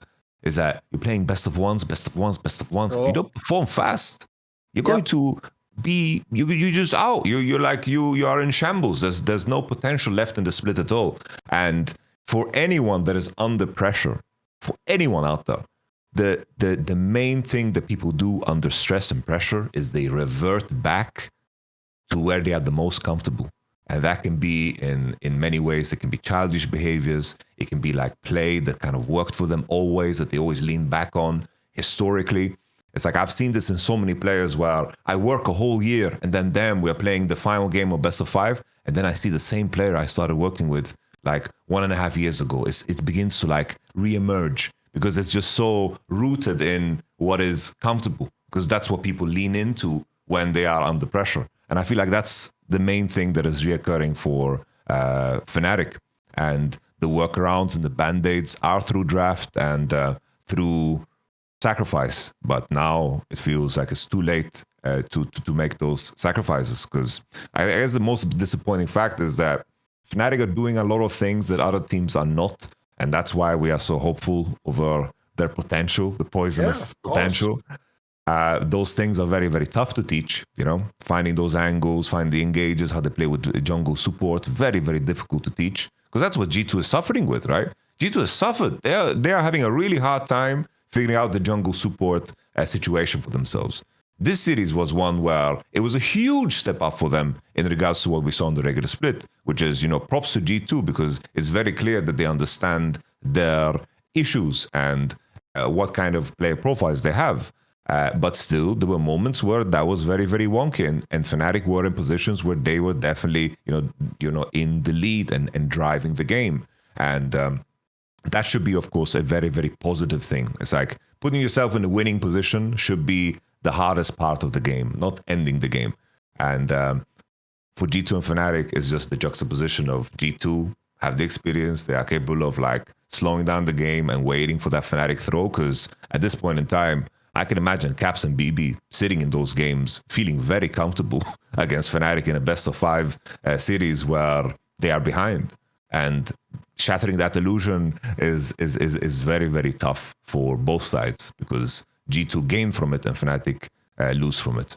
But on G2 side, we already mentioned Skymond. I think fair play, bro. That Trundle game, Poppy game, this is what I want to see from Skymond. This is evolution. They're having a series like this so early on into your career is fantastic. I really like what we saw from, of course, Caps. I think that Kali game was rough draft-wise, and you could see like the jungle support mid synergy just was off. Caps finding angles that were just ugly, and then they kind of just fell off a cliff in terms of the scaling. But in terms of how, it's like all of the successful plays from Fnatic side was when Skymond and Labrov was on the same screen. And that's what they just need to keep looking for. But there were definitely moments where they were not, and Fnatic put themselves in a winning position because of that. You actually basically addressed what I was asking, which is I actually do think that if you're a fan, this will sound rough, but you know that like saying, there's loads of American sports things that are like this, where it's like, you've got to like stick with the one that got you to the dance, for example. It's like an old school saying. Like in this scenario, I'm with you. You can't actually sit down now, I'm sorry guys, as Grabs and Fnatic and go, right, that didn't work, we're going to retool the whole of... No, like that has to happen at the end of the split, I'm sorry. Like what we've been working on to this point, yes, it has flaws, but it can also work really well. Like, by the way, I would even, like I say, be looking at this series, I think there's a lot of positives you can take out of it if you're Fnatic. A lot of ways where if we'd have just been a tiny bit different in our decision making, we wouldn't have just won it. We would have smashed them. We would have done exactly what we came to do. But I'm with you. There's no time to like, look, you can experiment a little bit in the GX series because it's GX, but even so, you've got to just get down to brass tacks and win these series now. So I agree. You have to just take the current style. Like this was shit you had to fix in the split. We're here at the playoffs now. Now we have to just take our skills and just reapply them, because there is a world, let's be real, where you beat GX. Mate, you've already beaten KC in the BO3. That's a very plausible set. That's a great BO5 last split. Like, there's a real world, by the way, where you could be making Kami Corp come fourth this split. That would be kind of wild in itself. Like, and also, you look at the rest of the playoffs, like, if anything, after these first two results, it is wide open. Anyone could win this playoffs. Like, if I'm Fnatic, I definitely wouldn't bail on it now and be like, oh, it's over or whatever. You can still win the split. But the thing is, though, you're going to have more of the highs rather than less of the lows, obviously. But the thing is, I put it this way, I do think people are going to... This is why I tried to make a distinction from last year. Last year, I thought Fnatic choked and fucked up and couldn't complete games. But I also didn't think they were as good as G2. I think they still have a fantastic set of players. Like, if I'm them, you do just run it back in the lower bracket, mate. They're still plausible. I was talking to Rich about this on his show Side Select, and we have a similar take, which is if you look at this Fnatic, it's actually not like past years where you have to go, well, they'll never win. They're just losers. No, if anything, I actually think this Fnatic does still look like it'll win an LEC split. It's just, here's the difference. Sadly, it doesn't look like it's ever going to be like a really controlled, disciplined, dominant team. It's going to be like this. It's going to be really explosive, and they could fuck around. By the way, I actually think a lot of these teams seem like they have similarities. Yamato, if we talk later about LPL and we always go on and on about IG, it's kind of the same shit. Like, on their day, they can beat anyone. They can. That's a real thing. They're just never going to be the team that if you had them play a team every single day, every week, will put in a great performance. Some days they'll be a nightmare. Some days they'll be average. Like, it's a little bit more Obviously, Fnatic is better relative to their region than IG is. But like, if I'm them, you have to just believe that what we've got now has to just run it back and make it work. And again, it's just about getting top 2. We can get around the side, still totally plausible. Tell you what though, that decider, if it ends up beating Karmine Corp Fnatic for 4th place. Woo! That's spicy right there, mate. That is a spicy 4th place decider, mate. Oh, it's a crazy one. We thought that was going to be the final. I thought that was going to be the final, bro. No, the results have been mental. Like both of the BFI results. So the final thing I just want to add on Fnatic, like I think knowing that Humanoid, his favorite champions to play are the mages. Yeah, of course. If there's anything that's why I was underwhelmed, bro. That's why that Orianna game underwhelmed me, bro. This guy was the man on Orianna when he came in the league. This was like the shit you wanted him on. The reason I brought it up is like the most confusing aspect is that the way Razork team fights is horrible for mages. Right. Like that they need to like sit down and have that conversation that Humanoid says, if I'm rotating my spells, you don't need to do shit. But it's always like, I rotate once, my spell's on Hui, and then he just snaps and engages. Right. And in a world, it's like, I remember, it's like the best Fnatic games that we saw was like when they played like the Vi, Kaiser, and Bessa, because it was like, oh, just snap and play and move, and it's going to be okay. But when they are playing the mages, Razor just needs to slow down. So he needs to realize the benefit of doing nothing. But it's just... it's an impossible task. If they manage to figure that out, that would be like absolutely insane. But there were times where we did manage to get this done. I remember like our run to Worlds when he was playing Trundle and Poppy. We just had to drill time and time again what he needed to do with these champions and make it be the same. When his role is dynamic on the same champion, that's where he struggled.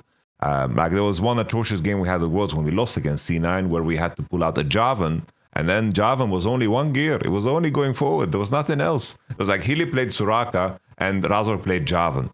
And at some point, if I remember correctly, like Healy was flanking on Soraka. Like it was not a pretty sight. It was very, very rough. But it's like you just gotta keep in mind your player profile and really, really drill in what the identity of the champion is, because in the end we played Trundle, Poppy, Lucian, Nami, Azir, played on range perma, and it was just repeating. You have to do this with this champ. You have to just stand and pillar, mark, mark, mark, mark. And he identified that pattern of play with those champions specifically. So there's definitely a path. I believe it's possible, but it's like at this point, it's just if they lose tragically, making the same mistakes again, at that point, it's fool me for the 49th time. Thing is, though, even though people are going to think this is Corpium, the reason I don't put loads of blame on Mickey, though, out of all the names that were going down, is look, game 4, the last game, yeah, he did have some nightmare fucking engages on that one. But you know what? This will sound like Corpium Yamato. But in a weird way, I actually think if you sat Mickey X down, here's the difference. I don't think he is making the wrong decision on some of these. I think he's just trying to follow up Razork's players. You know what I mean? Like, I think if you notice in this era of Fnatic, Razork and Mickey X just both go in. They both tend to be like the engaged players. Like, I think in a weird way, he's actually been a good teammate doing that, mate. Like, I don't want the guy where it's like, nah, he's fucked up, I'm just going to pull back. And like, I've never been a fan of that LCK stuff. I'm more the LPL guys where it's like, if we go in, we all just go in. You know what I mean? At that point in time, we either just win with our hands and we get out of whatever fucking bad spot we're in, or we just go next. That's just the world we're in. So in a weird way, I don't blame him too much, but I do think there are obvious flaws in Fnatic. Let's do the other series then, because as I say, Yamato, the joke of it all was, even though this was a really, by the way, here's the other reason why you don't give up being a Fnatic fan. You know what? Being a fan, I know this will sound like cope, but being a fan isn't about winning. Winning is awesome. That's obviously the moment that feels like the most joyous. For me, winning is about having a chance to win. That's the difference. All I ever ask if I'm a fan of a team is just give me like enough players and enough of a chance that like we could win, because then that's the enjoyment. Like if I'll tell you a reason to be a fan of Fnatic still. they're easily the most entertaining team in the LEC. Like, even in a loss, it'll be fucking incredible. Like, this will be this close. They'll have moments where they could win. They'll have times where you're like, oh, maybe they're going to... That makes it fucking super compelling to follow them. If anyone knows in CS, the team that we always do this with is a team called FaZe Clan. It's the same shit. They can, like, they're fucking super good in, like, the big epic games where it's a back and forth and making crazy players. Like, who doesn't enjoy watching Fnatic play? Sure, the outcome at the end of the game might bomb you out, but the biggest joke of all is, I thought the KC Koi one was way more of a fiesta. Like, that was a fucking ridiculous series, mate. So let's flip to that one. Because, bro, coming in, if you weren't like us and having Fnatic number one, then KC was your number one. The only team they lost to was Fnatic. Like, this is supposed to be the best team in the league. But I'll tell you what, Yamato, I feel so justified. Because you know my take for most of the split? It's basically ever since they had that series against Heretics that they barely won. My take has been Fnatic, KC is playing with fire, bro. Because what they don't seem to realize is, yeah, that team fighting legit looks world class. But the difference is, if you actually played a world class team, you'd never get to do that team fighting. The game would be over. And I was worried about that the whole time. If you let any of these other teams get ahead on you, mate, you're not going to win these. And I thought this series was wild because fucking hell, props to Koi. What a fucking banger series this was. Give me some. Where are we even starting with this one? Where are we starting? Koi versus KC. Let's do it. I think the main thing for KC is that the way they win games is extremely sensitive to individual underperformances.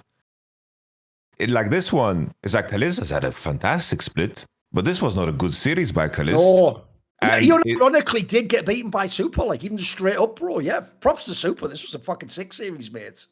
And with the way you play, it's like your foundation is very reliant on really strong individual performances. Absolutely. It's like even looking at the head-to-head when they played in the regular split, it's like they won because like Kalist found a flash E on Misfortune on a target that overstepped, which was super severe, and then they turn around the game. Like Kalist just clutched it out after like a game that was just filled with suffering for them.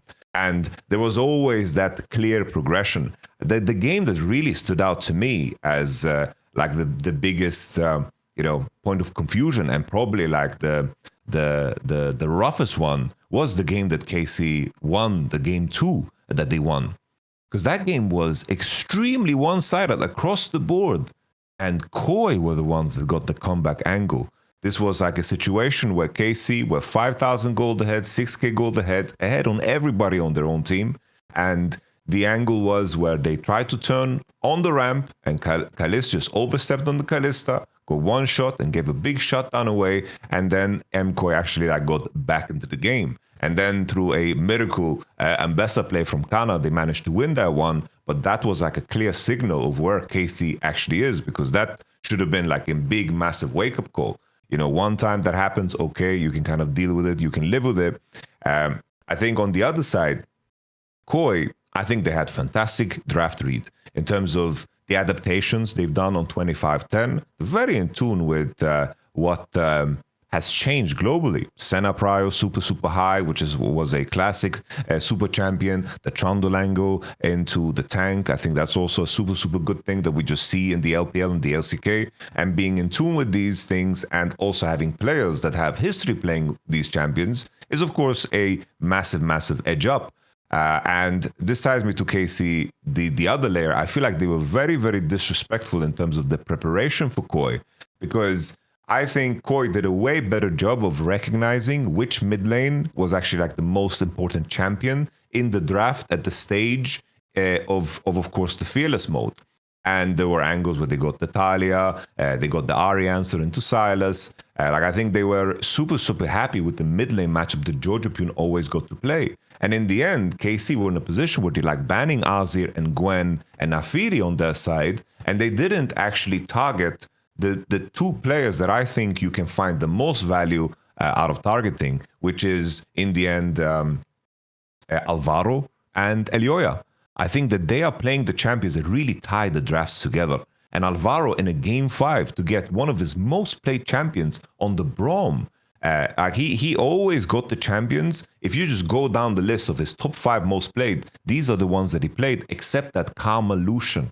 That was a one moment where Koi recognized, oh shit, we went into 4-5 and we got punished for it in the bans. Oh, this can be dangerous. Then they had Lucian Karma, which isn't the combo at all, right? That game, even though Koi was ahead in that game 4, KC had just a draft with the Maokai and the misfortune that at some point, if this Koi draft ever makes a mistake, that draft is just going to fall off a cliff. The Gragas lock-in is a little bit strange, but in the end, Lucian Kama is not a strong enough lane, and I think it removes the biggest strength that Alvaro has as a player. And this, to me, just screams disrespect towards Koi and also a complete misfire on your mid situation, because the whole split should have been a story of adapting and adding layers, but not forgetting where you came from. You know, you forgot your roots. You need to be the one landing on Azir and Talia. You need to be the one getting these champions out instead of rolling out, of course, the melees in the opening, because KC in game 1 were the ones to ban Talia. And then they banned Azir themselves. And I think that they locked themselves into champions that they maybe over-practice in the regular split rather than the ones that Vladi was farming free wins on. So just the prep work, I think this was a really, really big one. And the same in Team Liquid, right? The spawn magic didn't really work, but apparently the coach Melzet came back after parental leave, came back to the team and joined the squad, and suddenly Koi is popping off. Maybe he stole Spawn's belt or something, you know? It's just Koi is performing now. There's one thing I wanted to even put out there is, if you ever watch this series, bro, Koi even could have won the game 2-1 as well. That was won by KC. Like, that was like super touch and go. Like, I was actually just well, here's the thing. On the one hand, yes, it's underwhelming that Carmine Corp lost. But as I say, there were like cracks that did show during the regular split. Like, they did over rely on being in a position where they could just use like brute force. Like they did in this game too, actually. But the difference is, I kept saying this the whole time. Like, one, you have to then rely on not being too far behind. And if there's any team in the LEC, aside from Fnatic, they're the obvious real great one. If there's any team you don't let power up, it's Koi. Because actually, that's the secret. I agree with you. The obvious angle always has been, the reason it's jungle support is, as soon as you attack those people early against Koi, they don't build up their whole thing, and then you don't get super power control. Because remember, he's not literally like Viper. He doesn't have like the craziest hands in the world. So he needs, like any good player, he needs items, he needs level advantages, he needs resources.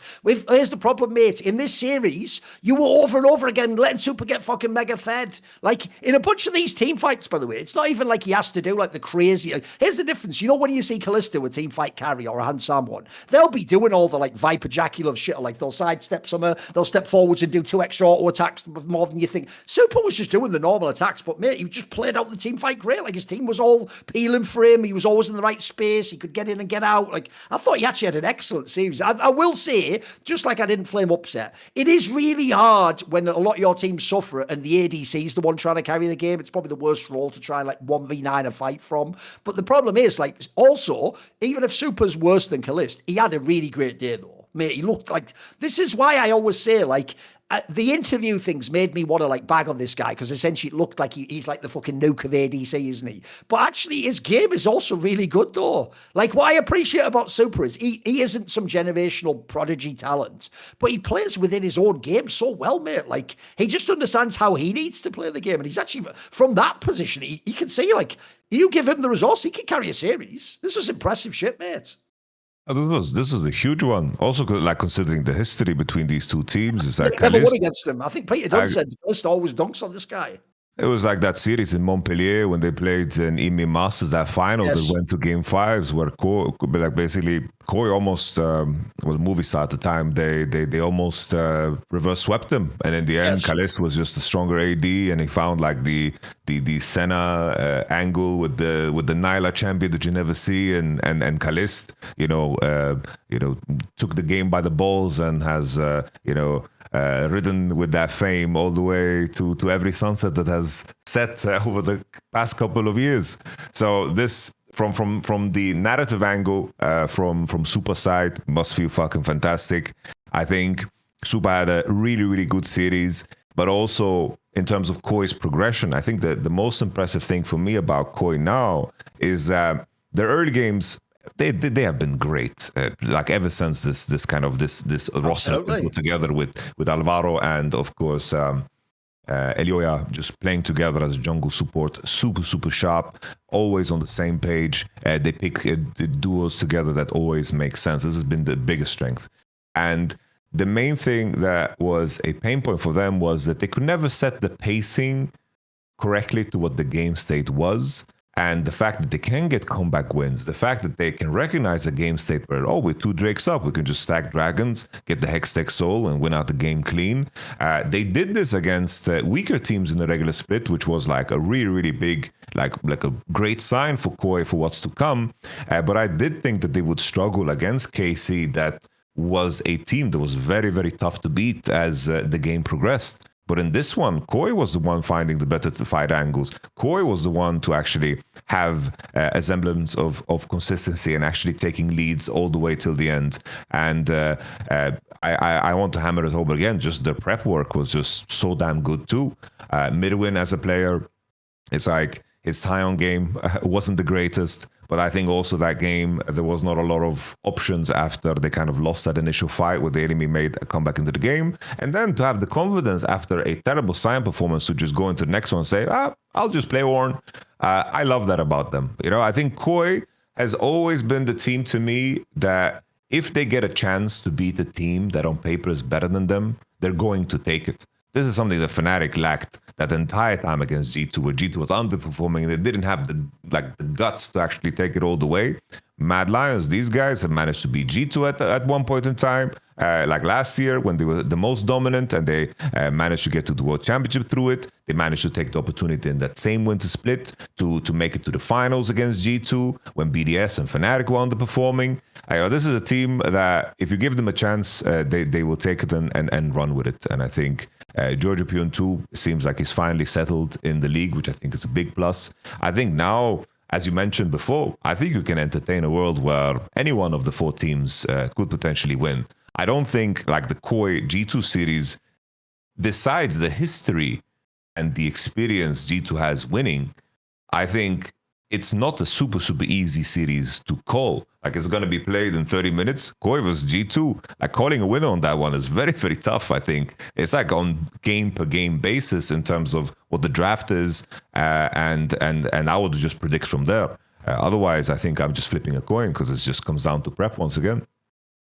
Yeah, I'll also say as well, another angle I find quite interesting is you could actually even make one of the defining qualities between the 4 teams this fucking jungle meta switch, Yamato, which is, if I have a look at the current teams of those 4, well, guess what? Even though on paper, like Razork and Yike have these huge names and everyone wants them to be all-pro, etc., the difference is Skumund and Elyoya are on that fucking, like, we're the Trundle counter mecha, like, good luck with that tank, mate, enjoy this shit. I'm going to make this a nightmare for you, because I have to say, in this particular series, yeah, just as you can say it in the other one, I do think Skumond actually basically held his nerve and caught the Razork throw. Mate, I think Elyoya actually fucking embarrassed Jake in this series. Like, the thing about Elyoya is he's not the guy where it's like he's going to have 10 kills, mate. He's not that. He's not a Razork type guy. Mate, this guy just always has like I can see why he wants to be like the captain of his teams, though. He has such a controlled style, though. You cannot, like, everything he does to me is very intentional. I thought he fucking held sway this series, mate. Like, he looked really good, whereas to me, Yike looked way more up and down and a bit lost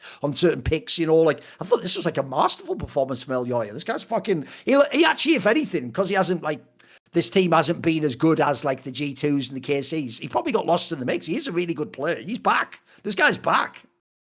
100%. As he's just Spanish Yankos. That's who he is at this point. He's Spanish Yankos, and it's like it's weird in a way. Like, for some reason, Alvaro and Elyoya remind me of Yankos Vander. that's who they make me think of. I think Elyoya, like this, his career is like the growth arc that you want to see in any great jungler. You know, it's like Elyoya joined the league with a higher level of maturity than Razork has ever had in terms of his gameplay. And I think that's like a pain point, because it's like that when we talk about like maturity is understanding what is going to win you the most games. Sure. and making the jungle process as cookie cutter as and just something that you can replicate over and over again. It's like junglers finally learned this. A lot of junglers do, most of them do. It's like we had this conversation the last time. All junglers started out as Lee Sin, Elise enjoyers, and then they just play Sejuani, and they just settle down, have kids, have a little house, a little fire maybe. You know, they take it easy. But Razor never overcame that, and Ilioya was very, very fast at overcoming that, because in the beginning he also played a lot of the carries. I remember the Niski year with Ilioya and Hilly. Like, he was basically like the big games they played at the internationals when he was playing like Belveth. Like, he was playing the carries. Then at some point realized, I need to settle down, and he has. Because obviously those Worlds runs didn't end up well after Belveth was getting banned, because they didn't make it out of plays. And also, I do really think if you watch these two series, mate, if you just rewinded like that Tom Cruise film, The Edge of Tomorrow, where you had to keep living the same day. If you had them replay those series, any of those 4 teams could win those series. That's why, actually, low key, I don't take this and go, I'm bummed out now. If I'm those low bracket teams, we can still win the split. Like, this is game on, mate. Like, for all we know, as you say, in this next series, maybe one of the two, maybe KOI or G2 just shits on the other one. And then all of a sudden it's like, right, fucking hell, low bracket then. Let's see. It's going to be the craziest low bracket run of all time. Like, I think this is actually super hype. Because I was actually, here's what's funny. The reason why it's interesting to me is I thought on paper you had a chance for KOI and G2 to win. But realistically, I thought it was just going to be G2. I thought it was just going to be Fnatic and KC win the upper bracket. And then the other two battle for like third, basically. This is really spicy now. Because as I say, one of the actual teams I thought was going to go to MSI is going to come fourth. Or, well, I'm sorry to GX and Heretics. I'm just not acting like you can actually win those series. I just don't believe it. You know what I mean? If you do, obviously I'll give you insane props. But let's be real, right? Heretics, you couldn't win the BO3 and everything went your way. There's no way you're winning this BO5 against Karmine Corp, because I'll also put this out there as well. They are going to come after you like a demon. You're going to suffer for what they just had to lose against Sky from. And then the Fnatic GX one. Listen, Fnatic has their flaws, but GX is just what the doctor ordered on that one, mate. That's like, a bunch of players who also think they have like hands. So let's just have a fucking fight in a back alley. And the difference is Razork isn't going to lose this one, mate. He's going to win this one. So I feel like the low bracket, I don't, is there an angle? Do you have any kind of upset angle? Is one of those that you think is more likely to upset? Do you have any angle at all? It's these guys, these teams in the lower bracket. They're the rebound, you know. They are just they're a bus stop. GX, you know, they've been ramping up. But can I imagine a world where Isma is going to be the Razork even on his worst day?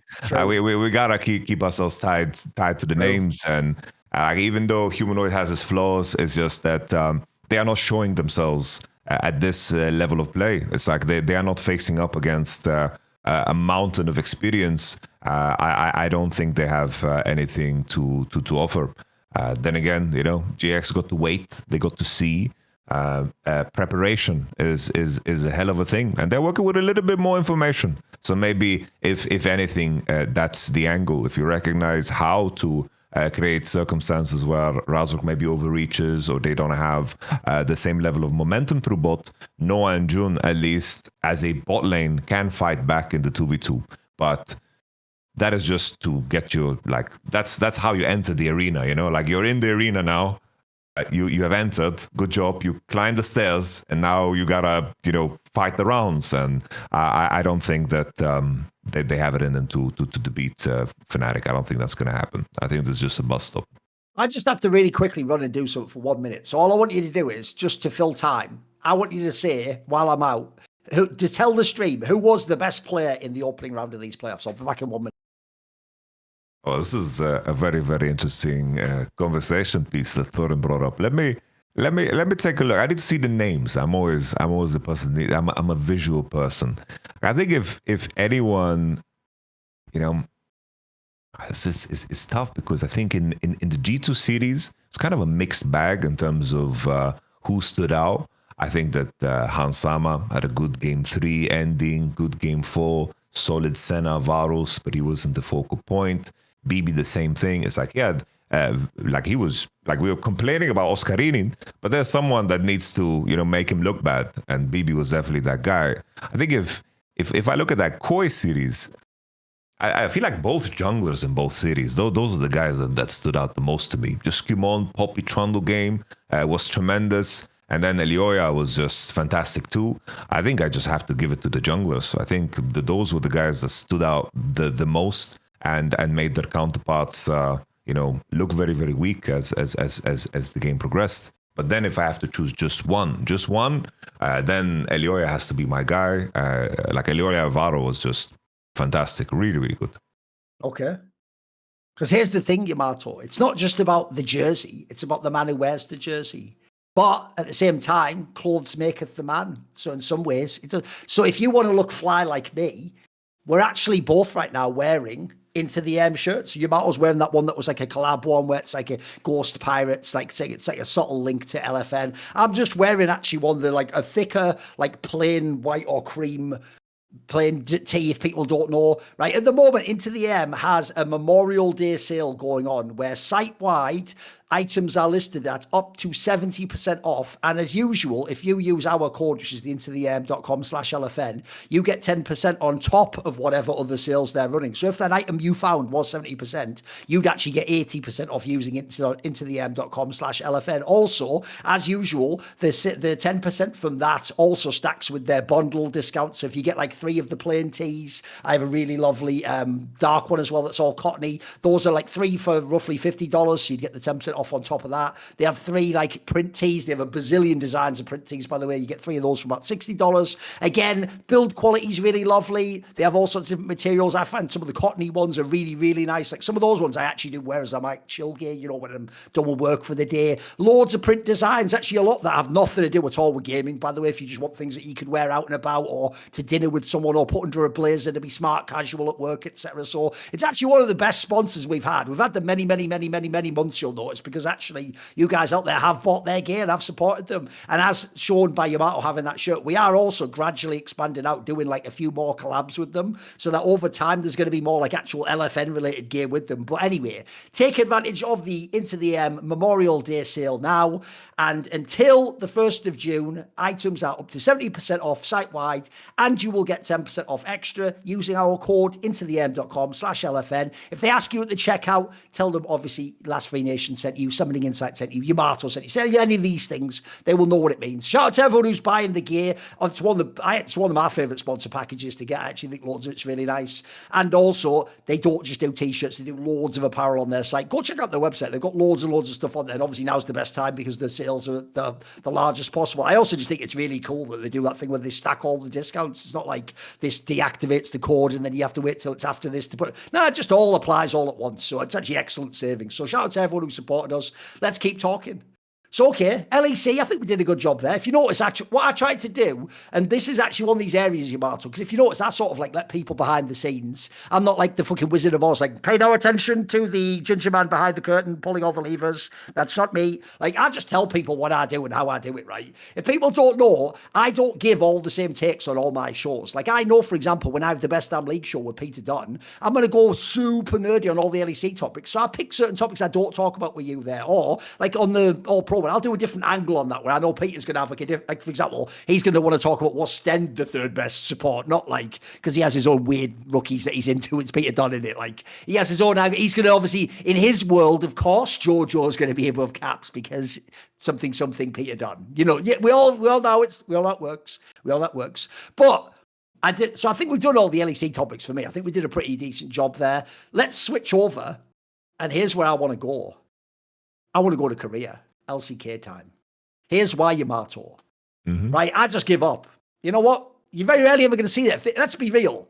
I'm better more than Uzi. Thorin never gives up, mate. Fuck Royal Club. Thorin never gives up. So I'm the guy who stays in a battle forever. I'll keep battling people on Twitter forever. I'm still going on about shit from 2014. I've got enemies that said stuff about me on a forum in 2003. And if I ever get a chance in the industry, I will fuck them. I've got so many things going. But you know what, Yamato? When it comes to Dplus, you know what? I'm like fucking Pontius Pilate. I wash my hands of this shit. You deal with it, motherfucker. Because these rat motherfuckers just played like some of the bombest plays for like 4 or 5 weeks, just literally bending over, pulling their own pants down. Fuck it, they'll lube your dick up to fuck them up the arse. And then all of a sudden, after all that, Yamato, they have the gall to turn around and actually beat a good team, a team I'm supposed to care about. They have the goal to actually take Hanwha Life, the reigning international champions in League of Legends, and beat them, even though you know it in your heart of hearts. Dplus isn't actually good now. They're still going to suck. bro, this series like broke me because remember, we've been trying our best to like deprogram ourselves from our insane LPL bias. We know at Yamato, we've all been drawn into evil, I will 10 cents, fucking radius, which causes like a creature effect like Magic the Gathering, where you just become more and more biased to LPL teams and think, no, actually, I think top esports can win worlds. And then you come out and then you always look like a fool, right? So what you're supposed to do, we're told, is you're supposed to be like a Protestant. You're supposed to go, keep that LPL hooch away from me. I'm teetotal now. I only watch LCK and proper macro, and I'm studying the draft, and I'm trying to understand build-ups and wave management. And then I watch a series like this. I'm supposed to believe, Yamato, that the top teams in the world is GenG, Hanwha Life, maybe even T1 can go third. Then we get to the anyone's. Bro, this is Hanwha Life. They just got rocked by Dplus. Like, give me some thoughts on where's Dplus right now. What is this? Because I thought this team was completely cooked. I was actually done with them, mate. I thought their roster was broken. Well, the same week they beat Hanwha Life, they lost 2-0 to Bro. Yeah, for reals. It doesn't make any sense, does it? By got the way, Bro's stomped beating T1 by and Bro. Dplus this split, by the way, guys. Both. It's nuts, isn't it? And by the way, Bro isn't a good team, man. I hope everyone appreciates that. Oh, it's crazy, from Dplus side. I think there's an essence with all of the old school mid laners. Even though Showmaker ain't that old school, he kind of feels old school. Yeah. Like Xiaohu, Faker, Showmaker, like these guys can play so bad in one series, and then in the next one just play so good again. It's like in this series, like, whoa, Showmaker's back. All right, Showmaker is back. And then, Beryl is actually experimenting and like finding good angles. He's not actually like running it down. And then it's like, they bring you back. It's like, but Lucy is good on carries. Oh, he's playing Kindred? Ooh, look at him. Of course he's going to do this to Pina. And it's like, in that microcosm, if you chop out that little piece on the timeline, you're like, these are all the things that I like about Dplus from Winter. But I'm not going to be able to forget how they got here. It's impossible. Okay, yeah. And also, it takes two to dance, because Hanwha Life as a team too, it's like they're kind of suffering from that same, the KC poison, But the chickens are coming home to roost a little bit earlier, They just have this situation where in a lot of the games it's like, these guys are underperforming. No problem. Zeus is playing Vladimir. He can carry a team fight. Wow, he got a triple kill. Viper's on Ezreal. No problem. He does some cool shit. Viper is not performing well today. Zeka's gonna take over, no problem. But now it's like, in this particular series, like some of the underperformances, they stand out way clearer in situations like this, because that game 3, they did try to play champions that they are very comfortable on. It's like, You have Delight on Rakan. Peanut was undefeated on Nidalee leading up to this game. This is a composition that they should be comfortable on. And I know that people can maybe argue like the state of K'Sante, but Zeus K'Sante was something that it was his most played last year. Probably it was every top player's most played, so maybe it isn't a great argument, but K'Sante was something that he always did well on. And to see the underperformance of Zeus in this one and how costly that can be to this team does make me question Hanwha Life's bid to, of course, make it into MSI.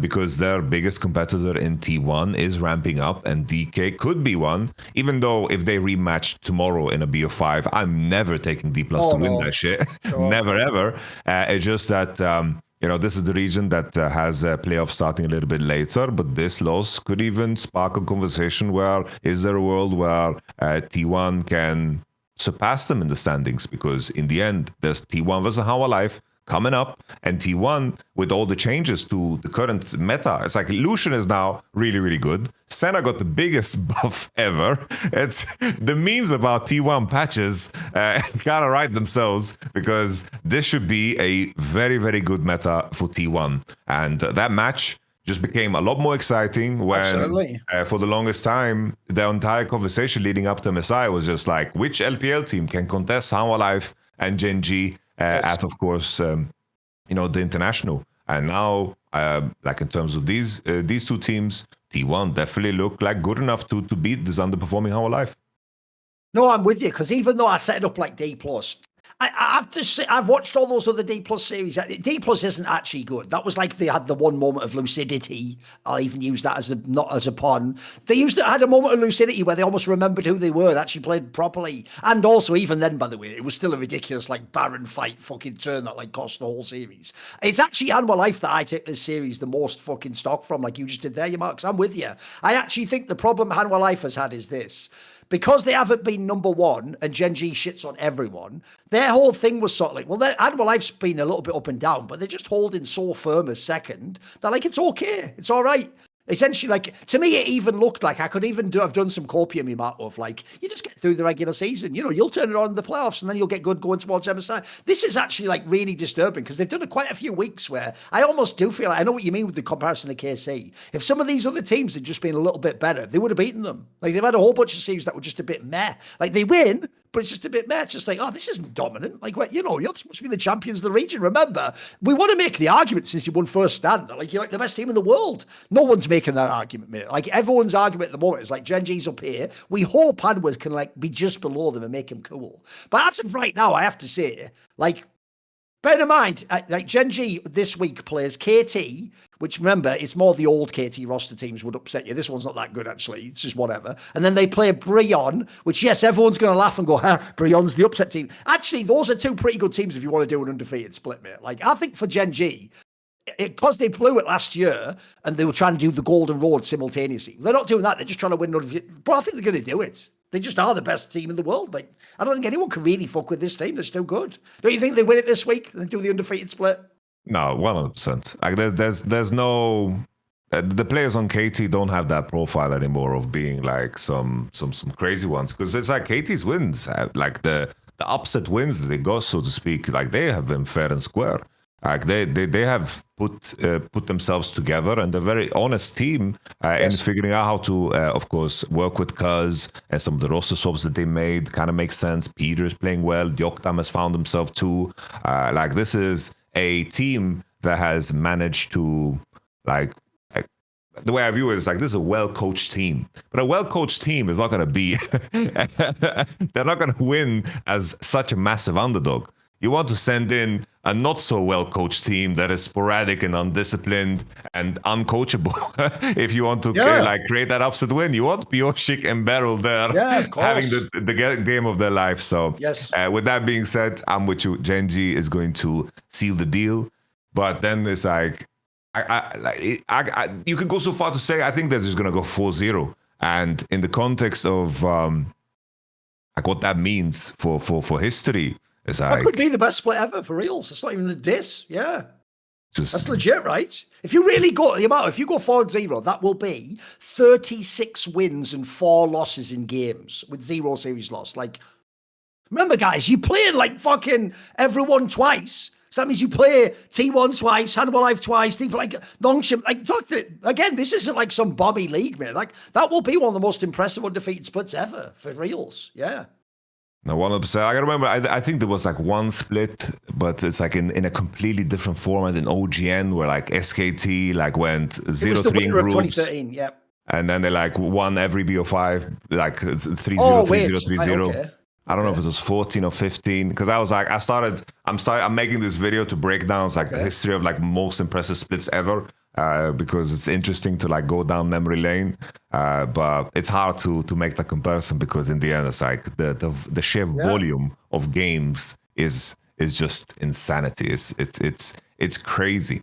And I think the main thing for me with this GenG roster, the way they're doing this in Fearless. Imagine that, doing an undefeated series split in Fearless draft. Like, that's fucking crazy, bro.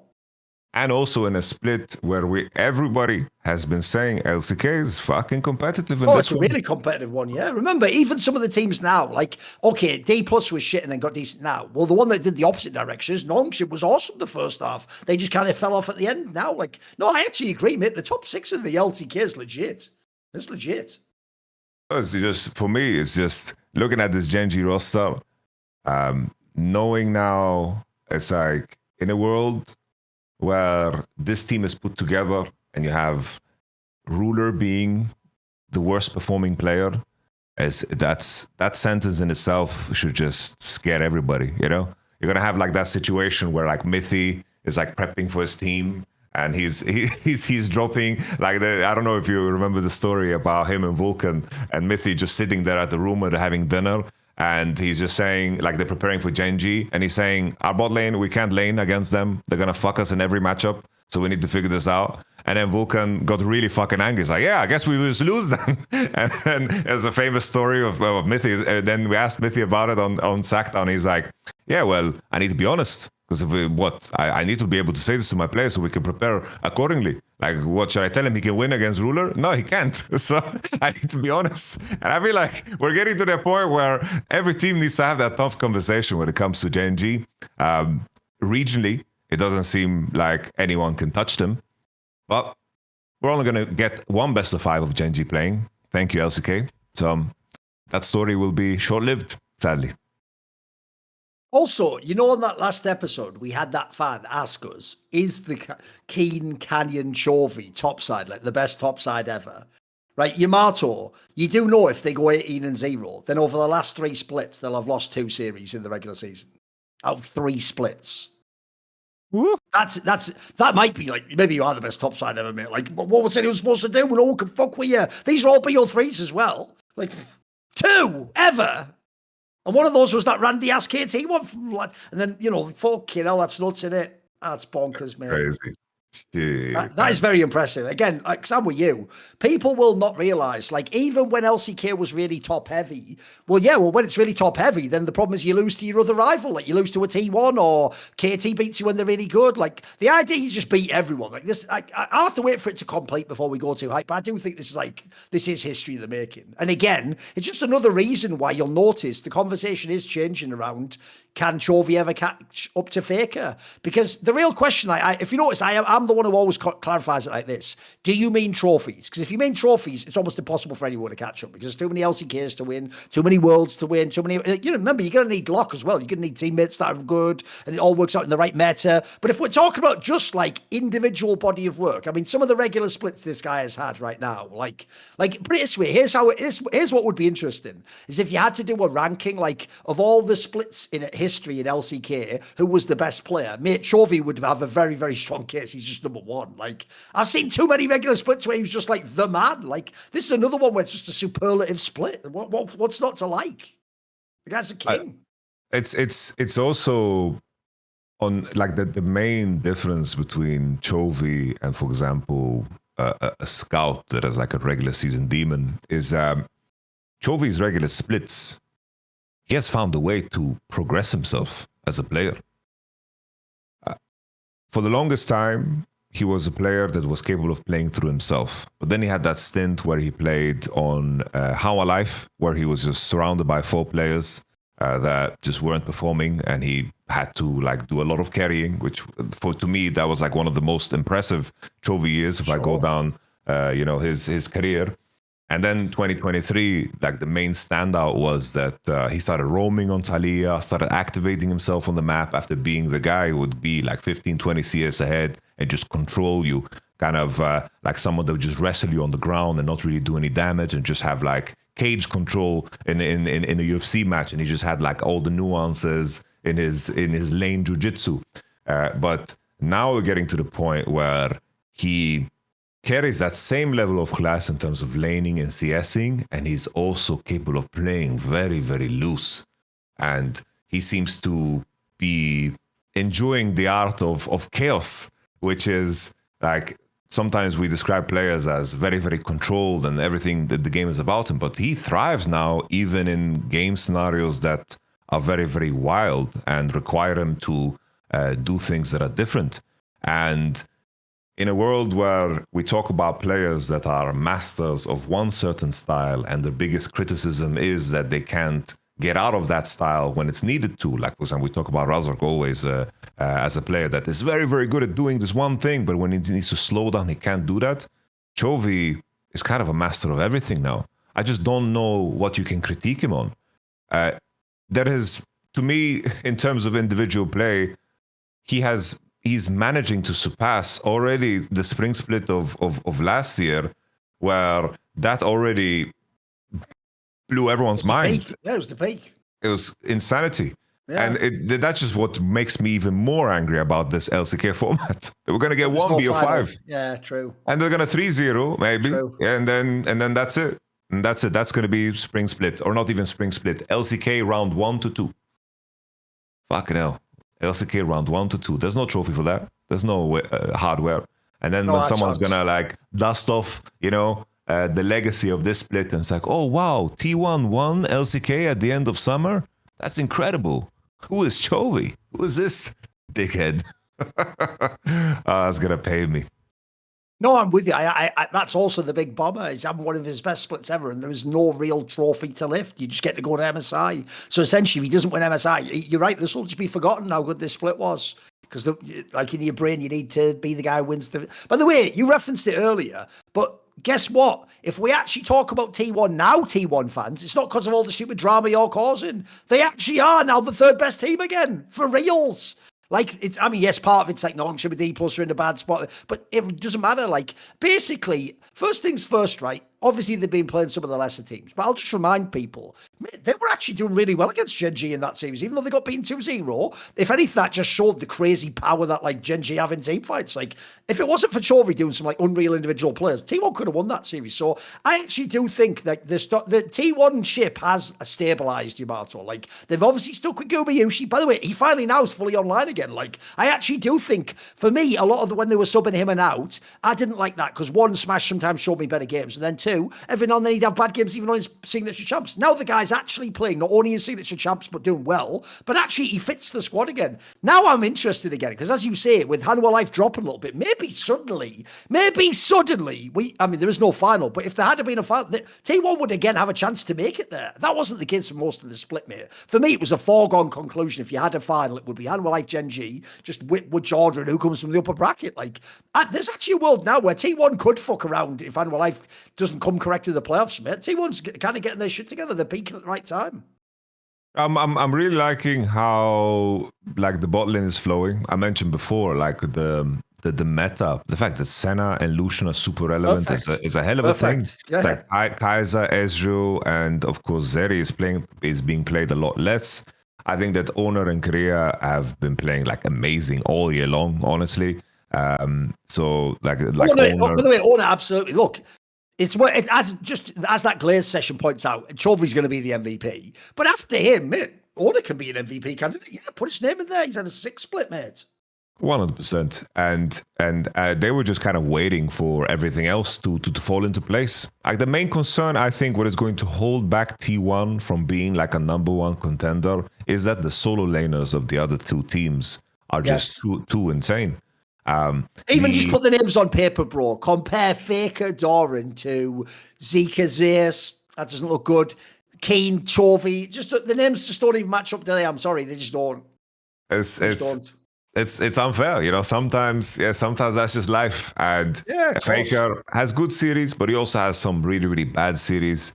And they have figured out what he wants to draft and what he wants to play, and that's cool. Sometimes they experiment. They had that one game where they played like Smolder, they played like Nidalee top. So there's like a level of exploration still. It's not like they've tightened up completely to focus on a set style. But T1 definitely looking better and better. I think Doran, like, the main thing for me is just what I mentioned is just the solo lanes. As things proceed, I like Doran when he plays Rumble. I like when he plays the tanks.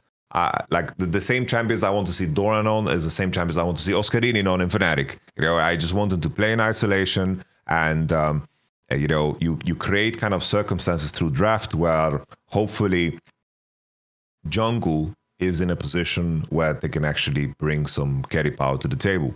And now that Trundle is in the picture, maybe the prevalence of tanks is going to be less because there's a clear answer into it.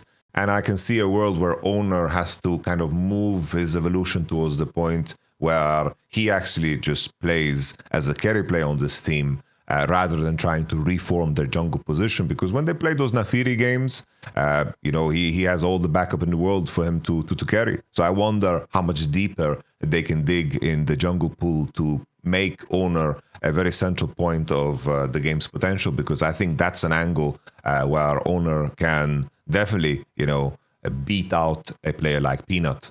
But we mentioned Chovy being basically like as close to a perfect player as possible right now. Canyon is also in that conversation too, of being like just having the perfect range in terms of being able to play all styles, which is what makes GenG just so extremely unfair. No, absolutely. It's actually why, though, I'm with you. In some ways, we would have just complained about this week once. It's probably better we didn't notice, but it has like blue balls me for the whole split that there's not going to be no final, though. Because, like, even though I guess he could pretend the upper bracket final is, like, that doesn't feel like winning. Come on, because we're so used to now all this, like, double elim. Like, that's one thing I loved about the LCK format. I actually thought the last format was really sturdy. You had loads of matches to play to win the championship. It wasn't like the old gauntlet, but now we've gone back to the stupid gauntlet without even a final. Like, whose idea was that? Whose idea was that? It's because, here's the thing, Yamato. If you notice with LCK specifically, they've just tried to get they've like overcooked with the format this year. Everything's just weird and different and transforming. And like, also, I'm just bored of this, Yamato. Like, just make it idiot proof. I don't want it to be like, so how do I qualify? And they're like, well, what you have to do is you have to have enough points in round 1 that you make it to phase 2. 3 teams will drop out of phase 2 where we are joined by one of our lucky last chance qualifier.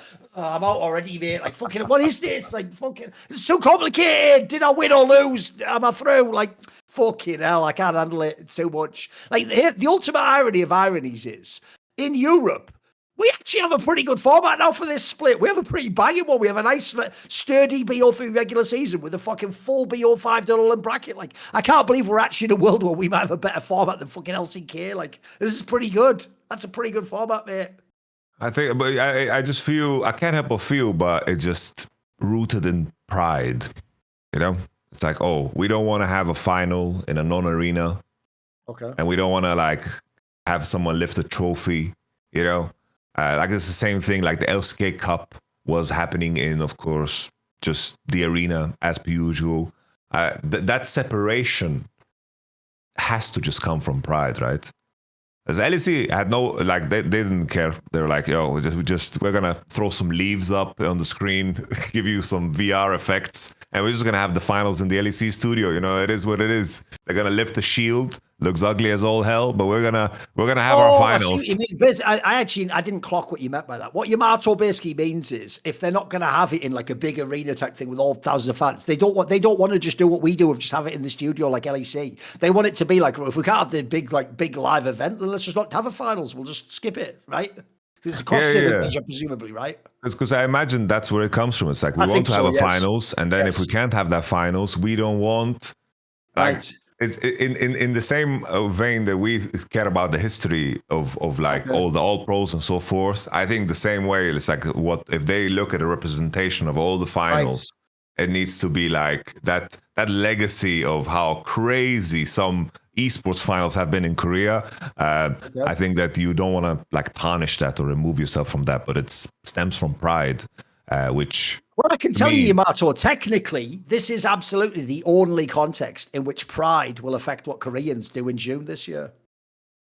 Hold, just hold your nerve. Just hold your poker face the whole time. You don't agree with anything, just whatever. Anyway, we won't go into why. That's just a straight fire reference, and people know what I'm talking about. Don't worry about it. Keep going. It's all good. I should keep going. You keep going, bro. Fucking hell, man. Anyway, here's the thing. I actually think there wasn't that much to talk about in LCK, because obviously mainly we're waiting for the playoffs. One thing is the conversation of basically the regular split top 5 determines who's going to be in like the SN Nirvana group. Yeah. And there's basically an arms race now. Nongshim and KT are 9 and 7. And Dplus winning against How Alive. Yes, but the key detail here is, if Dplus fuck up, guys, they're going to be the team in the shitter group. Dplus! But that could be real. Like, they could actually be in like the nightmare group, basically. Because you're right, they're doing the LPL style breakup now, right? Pretty much. And we are now in a world where, so Dplus winning against How Alive saved them. It saved them completely, because that bro loss and KT and Nongshim ramping up and picking up wins created like a solid distance. But now Dplus Kia is on 8 and 8. And the big one is that they are playing DRX, and then they're playing against Nongshim. And that Nongshim matchup is spicy Nongshim game then, yeah. It's definitely one that is going to, there's going to be a fight for that one because Nongshim's schedule is T1 and Dplus. And they've been losing recently, mate. They've been off the boil, yeah. So that matchup in itself, in isolation, Dplus can bring themselves up to that group. I'm just double checking KT what schedule they have. They have GenG and DRX.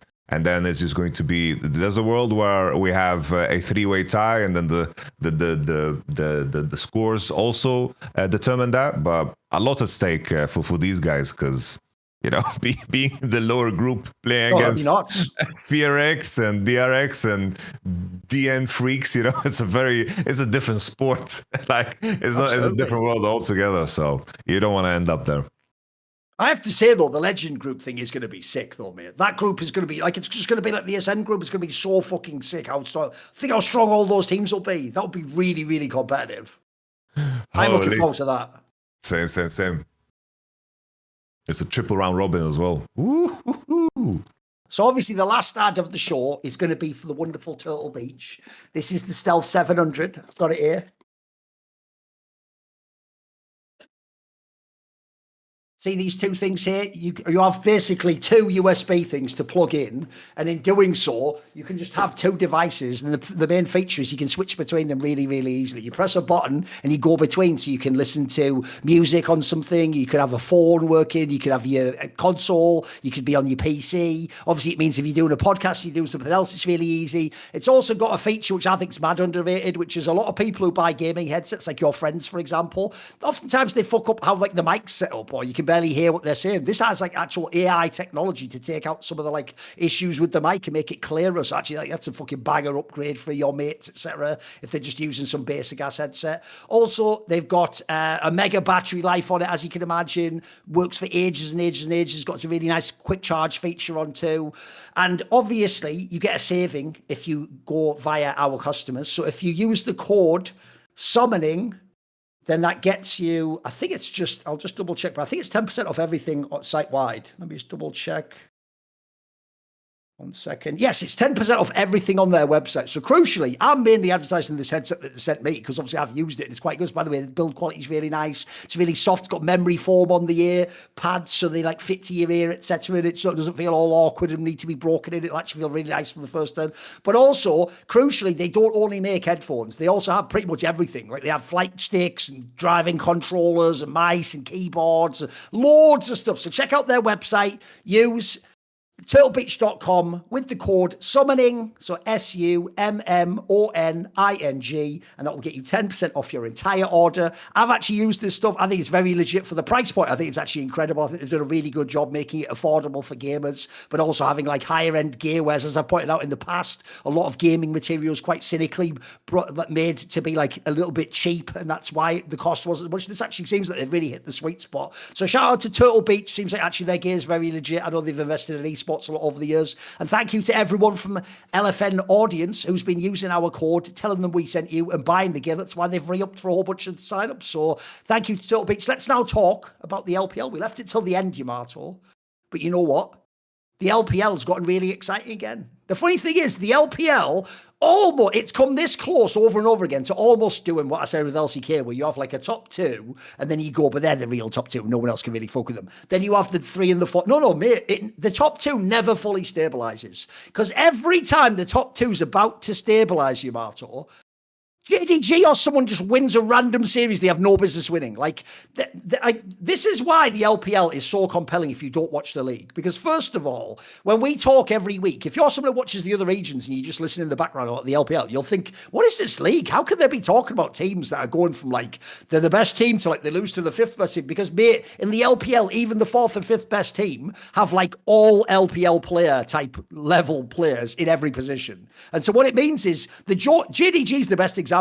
JDG literally fired their coach this split because of how badly it was going. A whole bunch, and by the way, justifiably, they were looking quite whack in the game. Scout was off his game. You were even having dodgy ass games across the fucking map. I think actually their fucking ADC was having some questionable matches. They have course corrected, and even worse, they have shown you that fucking that dreaded potential. You can never not say that about a JDG team, because this team on paper, they also can fuck around and beat anyone in the league. It doesn't even make sense, mate. Give me some thoughts on JDG, because I want it on a normal year. I should be able to write them off. You can't write this team off. You can't. Yeah, it's just that same week we had, like, coming into it, Anyone's Legend, Top Esports looked like clear favorites, and Absolutely. then JDG just smoked Anyone's Legend. Like they annihilated them. And I look at this JDG team and Shun and Pays, like in a world where especially jungle is so damn competitive in the LPL. It's like Shun is making arguments for himself where he could potentially be the MVP. He's really good. Yeah, he's really good, mate. It's insane how well he's playing. Pays as well is really adding some new layers and depth to his gameplay, because he's actually in sync with LPL aggression, and he's kind of giving us a Viper-esque performance of his time when he was in the LPL. Like, that's the level Pays is operating under. It's like Pays is a player that I've criticized, not necessarily for like his general play, because his volume is pretty damn good, but when it came to like pushing over the finish line and where he needed to like clutch certain situations or be a presence in games, even in this season, there were moments where I'm like, that game against IG really stood out as, oh, this is just old days. Why are you buying GA here on Zeri? You just need to buy IE and like grab the game by the balls and just run with it. And it seems like he's finally like giving into that, you know? He's finally letting his hands go a lot more. There seems to be like a level of confidence that he just carries himself with. It's like he has just matured so much this year. And there's a player that's he's like 18 years old now. It's like JDG, through them, they've been like very, very competitive through the split. But now everything else is falling into place too. It's like a Scout is playing better and better, and Ale, it's so strange because it's like he can go from playing at a certain level and then he's smurfing again. And his ceiling is really impressive, but yeah. And it's just like the top 5 rosters are stacked with so many good players, like you mentioned, that over the span of a week, there's a lot of things that can change. It's like the patch lands, and then all of a sudden it's like you find the right champs, you get the right practice sets in, and then suddenly, you know, everything is just flipped on its head. And now, like we were talking formats before, it's like how everything is shaping up now, where even in the preparation for playoffs, they're shaving off a lot of the teams that don't belong. And it's the clear top 8 with a double elimination, honest bracket with no like skips. It's just a thing of beauty. And the fact that we are moving into the playoffs after a complete domination of like Anyone's Legend Top East, with basically like being at top 2 throughout the entire split, ending on JDG beating Anyone's Legend, and then Billy just smacking Top East was on the head. We were in a situation where it's like, if we are supposed to predict the winner, it's close to damn impossible. And JDG ramping up. You mentioned like the coach thing. Now we also heard that with the drama of Maokai in a hilarious way, you know, it's like, for those who don't know, Billy has announced that Maokai is leaving the team. But maybe it's a situation where Maokai is preparing for the next season and the current coaches are working for this season, and that's why they are making this swap. I'm just want to reference back to this bullshit PR that LPL teams are giving us, where they benched Maokai mid series, and they were like, "Yeah, this was just a strategic decision." Aren't you mixing up BLG and JDG right now? JDG was CV Max. Yeah, but Maokai is out of the team now. And they benched Maokai mid-series to bring in Easy Hoon. Oh, right, I see what you mean. Right, okay. So I'm just dunking on that shit because they were in the press conference like, no, it was a strategic decision. Oh, right, I see what you mean. Maokai got benched mid-series to put in Easy Hoon because he was focused on the review and Easy Hoon was focused on the draft. And then it's like just 2 weeks later, we're supposed to forget that. It was just Fugazi, you know, like it's just Maokai is now fired from the team. And on top of that, when I pulled up Leaguepedia. Oh, I see what you mean. Right, okay. And now I'm pulling up Leaguepedia on additional news. Nofe is also out of Weibo Gaming. What's that? Nofe is also a legendary coach. Yeah, he gets fired from Weibo after they've been also like looking like shit. It's like, I think it's kind of based. Obviously, I'm talking from a coach's position, so obviously that probably feels like shit for these coaches, guys. But the fact that we have had 3 insanely major firings of coaches mid-split makes for a crazy split. And especially after Billy coming into playoffs looked pretty damn good. So I imagine that Maokai's work slowly was being phased out already a couple of weeks ago. The thing is, if you actually look now, technically, I think it's even like, is it tomorrow that game plays between Weibo and Thundercut? I assume it must be. Yes, it's tomorrow, right? Basically, assuming Weibo wins that one, which I actually think they will, but it's actually touch and go. People know Thundertalk, Weibo's not that big a difference. In theory, actually, all the teams you'd want to win the qualification matches did, because IG beat EDG. By the way, they did make a dog's dinner of it, but they did win that one. But whatever, that copium there, they were just giving Rookie extra chance to look good. It's all good.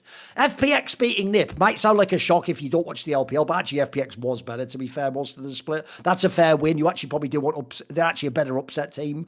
WWE is actually been fairly good. They're just not an elite team. That one, you expect them to win that one. And I assume Weibo will win. I'm with you, Yamato. If you go and look, once you fill that bracket in, assuming it's Weibo, holy fuck is that bracket exciting. Like, it is just stacked with real team. Like, put it this way, the worst team on paper will be like Weibo probably, mate. Like that's not even that bad because Weibo themselves, even this split, fuck around and have the BO3s where they cause an upset or they drag you to 3 games. Like, this actually is going to be an insane. This playoff bracket, I'm looking forward to it so much. Not just the format, like the teams as well. It's so stacked. Like, genuinely, this is a series. This is one of those playoffs where I'm going to watch every single series, mate. Every single one. There's nothing you miss here. Like, it's all going to be sick, right? Well, I just hope that our favorite teams, with the exception of maybe IG causing like an upset win, I just want the next round to actually have AL, JDG, Billy, Top Esports. Like, if Weibo Gaming beats one of these teams, I'll be very unhappy because they won't beat them for the right reasons. There's no world where they're gonna beat them for the right reasons. So I'm hoping that the round 2 of this bracket is going to be as like that it fulfills the delicious potential here. I'm really intrigued about what the choices are going to be. I imagine that these teams will want to avoid IG coming out of the bottom side. It's the most dangerous one of the qualification teams, right? Because it's basically just a selection from right. Seed 1 through 4. They get to pick whoever's in the pool. So I imagine that just are we just going to get Billy IG then in the first round? Which, by the way, in itself is a fucking banger. Just look at the names. Like, those names are going to be insane, aren't they? Like, it's like a fucking all-star match. Holy. And right now, with where those two teams are at, mate, that's not as easy a series to pick. Yeah, BLG's been coming on strong, but fuck, that's like a potential 3-2 series. That could be fucking fun, mate. I'm looking forward to it. No, LPO. I have to say it. You know, I'm gonna put on my I Will Tencent hat. At LPL, I think they can look competitive at MSI. Like, I think they're going to bring like the conversation that some people are entertaining that LEC is better than LPL. Like, those guys need to be they need to be quiet. Who's entertaining this conversation? This is coming up in communities on Twitter. Yeah. It's coming up on Twitch chat occasionally. You know, this needs to stop. We need to halt this because I look forward to what LPL is going to bring to MSI. Like, the LCK LPL conversation, that competition, I think is still super exciting. I think in the beginning, when LPL was giga messy and LCK was like clear cut, it's like boom, How Life and GenG just look too insane.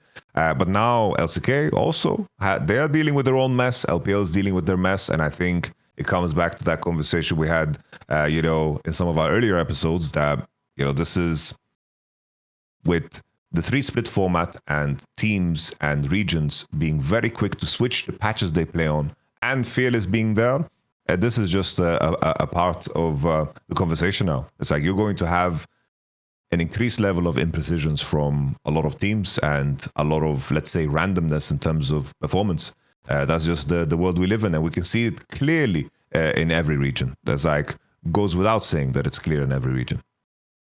Well, if you haven't watched the LPL so far this season, and by the way, if you didn't, I think you made a mistake because it's okay to skip the placements, but you should get into watching the Ascend group. It's unbelievable. But basically, the playoffs is just like the Ascend group, but in a fucking BO5 double limb. Like, it's going to be amazing. It starts this weekend, and if you know the LPL, like, I can't off the top of my head. Actually, I could do it really quickly. Let's have a look here. So there's 6, 10, I think 14 BO5s is the LPL playoffs. Like, this is going to be fucking fire. And as you even look at the bracket there, even if you do what you were just trying to do there, Yamato, imagine the team cynically picking. So if I imagine that, like, for example, fucking, you decide who picks who. So yeah, maybe BLG ends up with IG and, anyone's legends playing, like, I don't know, WE and TS is playing Weibo or FP, right? It's the second bracket that the second round is going to be unbelievable because that could really be like BLG versus TES. Mate, there's a fucking hand series for you right there. Some of the best players to ever play the LPL. In the lower one, that could be like anyone's legend against JDG. We've already just seen that. That's what we just discussed. JDG beat him 2-0. They actually fucking shocked them. So, like, this is why actually the team, I have to say, a lot of the other teams, it's like, I ride the form, etc. The one I am most interested in still is anyone's legend, mate, because... Mate, I've obviously followed like Karzan's career for a long time, but one of the things I like about their team is I get why people do you can't even say overhype. I get why people hype Tarbe. Mate, this guy doesn't just turn like the results of teams around. He gives them an identity. Like this team has such a strong like identity. And compared to other LPL teams, I think they're way cleaner, mate. It's like normally LPL teams are like TS where it's like the ceiling's crazy. So if they hit that, yeah, you clap them out the server. But then you'll have a random series where you fuck up, you throw the game, you play badly, wrong draft or whatever. Anyone's legend. What I actually appreciate, they are kind of, I know people used to say this about like the LNG scout teams. It was Monty's line. To me, they're more like LCK, mate. I kind of fuck with their style. Like they do look like a really well coached team. I feel like they're the only team that looks coached. Like that's a fair point. Yes, true. True. Like the other teams don't look coached at all. It just seems like a nightmare where you would lose your hair trying to, find any like concessions from players for them to like adjust in any type of direction. Because just imagining the egos and the personalities on a team like Toby Esports or Billy even, it must be like an insane challenge in itself. I'm with you, anyone's legend, in terms of like sequencing, in terms of actually having a discussion about things that are transferable. Like I think that is where you would find the most amount of wealth. Like if you look at any team and you're going to be like, oh, how should we adopt our play style? There are certain things that Billy and Top Esports do that you can't just like learn. Like you're gonna, Top Esports take this 4v5 here because Kanavi sees this angle and everyone just reacts appropriately and mechanically outplay. So I want you to replicate this. So look for 4v5s. The reason I know you're right is that you're right. If you're the guy trying to teach your team using the VOD of the game, you can't turn around to normal LPL players that aren't gods and go, see, the reason why Knight knows he can turn around and win this fight is because he's him. Like, that's not fucking coaching advice, is it? Like, You're right. There's nothing to learn from that. Like, spoiler, you aren't Knight. Look in the mirror. Like, step one, look in the mirror. Are you Knight from BLG? No. Then proceed to step two, start learning how to play League of Legends macro because you can't do the shit he's doing. I'm with you. Same with TES. Like some of their players are they just hands the fuck out of everyone and you can't do anything about that. But I'm with you. Put it this way, if you were to teach people, you could actually, for real, even if you were playing semi-pro, you could take things from anyone's legend you could add to your team's game. 100%. It's just the sequencing, and I feel like it's so clear what the roles of each player is, which I think is super, super important. There seems to be like a very, very strong commitment in what their identity is. I think their losses mostly come through, in my opinion, in scenarios where they try to experiment.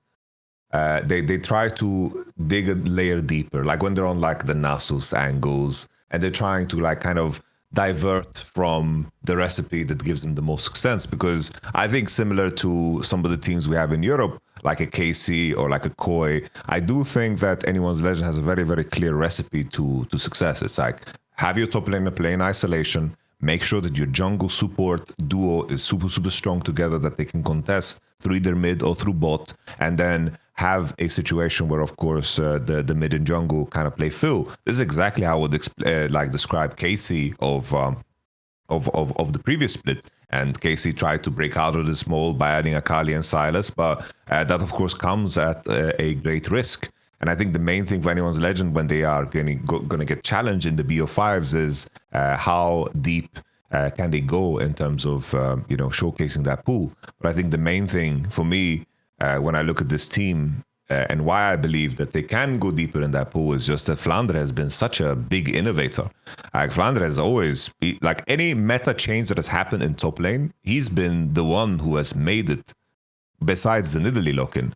He was the first one on the tank Jace. He was the first one on the Yorick. He started blinding Sion before anybody else, and everyone was like, oh, okay, I guess it's just broken. The counters don't matter. I'm just going to play Sion myself. He's been a massive innovator for top lane League of Legends this year, and I think that anyone's legend have pushed beyond some of those barriers on their carries too. In Shanks and Hope, they've had like some performances that you're like, ooh, this is like a new level of play for these guys. So I'm super excited for anyone's legends progression, more so than I was at the beginning of the year, because I did think this was a team that would eventually, just be phased out by the sheer force of individual skill on the other teams. No, but the thing is as well, if you look at their players, like the other problem they had, Yamato, is if you look at their roster, their difference is the reason why the JDGs of the world, you can never discount them, is you just look at the names and you're like, I can't kick out these names. Like, again, like these people can be in bad form and fuck around. Like the Ally guy's a great example. I told you, people are hating on him for some like outside of the server shit where he's the next in the line of the Huafengs and, the fucking those Vansillis where they all hate them for the things they do outside. Inside the server, he's a really fucking skilled player though. Like, I always used to tell people, I actually feel like this guy got a little bit fucked in terms of the history of the league, because remember, he used to be on that EDG that already had that spring split and then they fell off, the one would leave and all that, right? What people forget is this, right? When Bin became the dominant player, in your brains, it's Zika's the next one, because he was on the LNG team with all those finals. Arle is right in that bunch. He's also like one of those like stud top laners where it's like, look, in the LPL, you have to be able to play a tank anyway, but you give this guy a carry champ, he can go fucking head to head with anyone, mate. This guy can get busy. Like, there's another player I'd love to see go international again. It's ages since he's been. It was like fucking donkeys years ago. This guy was international, like back on, funnily enough, LNG way back in the day. A different roster, if you remember, the one where it was like fucking Mad Lions or Team Liquid with fucking, what's his name? Alfari, if you remember back at that 2021 Worlds. Like, this guy's a fucking stud, mate. And you just look across the, across most of these teams, like, the difference is when you go and you look at the squad that is anyone's legend, right? I have an angle for you I want to ask about, which is, where would Shanks be in a mid lane ranking for you after this split? Now you've seen him on a whole split in a top team. Where would he rank for you? Because obviously that's the player that doesn't quite have the name value of the other big names that we talked about. But his play seems like he deserves to be entering this category now, right? He deserves to be considered a top mid laner, right? I think in mid lane, there's definitely like the most space and opportunity to stand out, because I think that the names after Knight are just a little bit of a question mark, especially in a world where Scout isn't performing super well. Yeah, that's true. That's fair. I think like Rookie is our guy, but he's been pretty damn good. Like, he's had really, really high highs in certain games, like that have been incredible. But in the conversation of Shanks, I think that putting him in the top 3 is 100% fair. I think Shanks is so similar to Cream in terms of like player profile, and I think currently is like this is just a mirror of Cream's last year in terms of his level of play, in terms of how he side lanes and how he plays through mids. I do think the main question mark for me is like we also had touched on this slightly in the previous episode, is just how some of the other LPL mid laners are like as players, how they've been shaped due to Jahu's legacy in terms of how they like impact the map and how active they are. I think that's where I don't see the same level of maturity from Shanks. I think that he is good at laning, strong at laning. I don't think he's going to be like a flaw ever, but I do think that the game gets driven through jungle and support most of the time, which is fair because that's how anyone Legends is built. But I do think like a player like Knight, he will find the capacity to break a bot lane matchup, break a top lane matchup. And I don't think Shanks has the same level of like vision. And I think that's where the true test will be, because some of the more experienced mid laners in the LPL, they they do exactly that. They break other lanes and they can play the game through others. So that will be like the biggest challenge and maybe the biggest point of growth that I'm looking forward to see from Shanks' side. By the way, I'm with you as well. It's funny because, like, obviously IG didn't end up being the super team that the names implied. They're just like a good team that's like on the borderline of being like, at the moment, they're like a playoff team that like maybe could upset one of the big favorites, but we don't know yet whether they can actually make the final themselves. Actually, Rookie's had like a quietly pretty good fucking split, mate. Like most of the time, he wasn't the one having the bad games. And in fact, almost every time they were a top team, it was usually him having a great performance. Like I say, obviously that like, I'm not thinking much of the EDG series because I think that was just a really, that was an example of how IG play down to the level of their opponent sometimes too. Like they made that way more messy than it needed to be. But you look at the whole split, this split's much better than last split, mate. Like I do think I'm with you. If you look at mid laners, because people will forget, even some of the big names like the Scouts in the Night, they haven't had every week they were awesome. Like I actually think Knight also got way stronger the last few weeks. Looked at he finally like snapped into playoff mode and started stomping people and shitting on him. Before that, he was having games where he was giving it up against no-namers, mate. People who never should have a chance against him. So no, even though people are going to think we're just glazing Rookie, actually has had a pretty good split. He's definitely up there. Yep. And like I'm really intrigued to see, because it's very obvious that all of these teams have had so much internal turmoil. It's like 3 coach firings, very high profile coaches in Maokai, CV Max, and NoFe. Like those are some big ass names. Yeah, these are also not nobodies. These are all people that have like been like massive name champions, gone international. Yeah, it's crazy. NoFe. People forget that's the Rocks Tigers guy. If people forget, that was the guy who was like the whole time. That was his project. And I'm just intrigued to see where the teams land off of these changes, because JDG look better than ever. Like they seem to be like that seemed to be a success. And then the question of like Maokai, I imagine this must have been in place. If we think back, like the whole sub out thing happened like 2-3 weeks ago. So probably it was something that was slowly being put into place, and then Billy in the end just pulled the trigger, and Billy has looked a lot better too. We don't get that. It's because I missed the news earlier today about it. Now I get why you referenced that. Let's address that then. So if people don't know, it has now been announced today that Maokai steps down as coach. Yamato, you hinted at it earlier. I'm just going to say it. I think that they just jumped the gun before. I think they did fire him during that series. And what they did was they realized, like, because they came back and won the series, I think they realized it's going to look really stupid. So tell him to go back out and stay on stage. No, I wasn't fired. I just took a game off or whatever. And then the joke is maybe that kept him alive. Because by the way, BLG won a lot of series after that. Like they were winning quite a lot. But I think that implies, but it is weird. What are the odds that he like looks like he gets fired, but then definitely didn't get fired? And then weeks later, it's like, I am stepping down. Like, yeah, I'll bet you are, mate. I'm sure you are. In the same ways, I'll bet like that. It's weird, Yamato. The captain of that pirate ship we captured, he's decided to step off a piece of wood and into the ocean. Like, weird decision. It's almost like we made him walk the plank, isn't it? Like, mate, you've just kicked this guy out. It's just you've had to do it in like a way where it's like it's his decision or whatever. Like, yeah, right, mate. Come on. Give me a break. Because I know what you mean. Now that I've seen that news, that does make me think, you fucking rats, we caught you weeks back. You definitely just fired him then, didn't you? But you've had to like style it out and make it look more professional or whatever. Like, nah, this is some bullshit. With that said, though, I will say, Yamato, if there was ever a team could fire their coach, it is BLG, because unlike anyone's legend, they don't look like they're coached. They do look like they're playing, and like for real, like you have to wait for fucking Bin and Knight to activate Killer Instinct mode and just kill everyone in the game. Like that's basically what wins you these games. Like when they are demons, they're unbeatable still to this day. But then they have those games where like this team definitely has had some macro issues and a lot. It's been a very messy squad for how good the players are. Yeah, 100%. If anything, now it's like that top esports series does like that fills me with a lot of hope.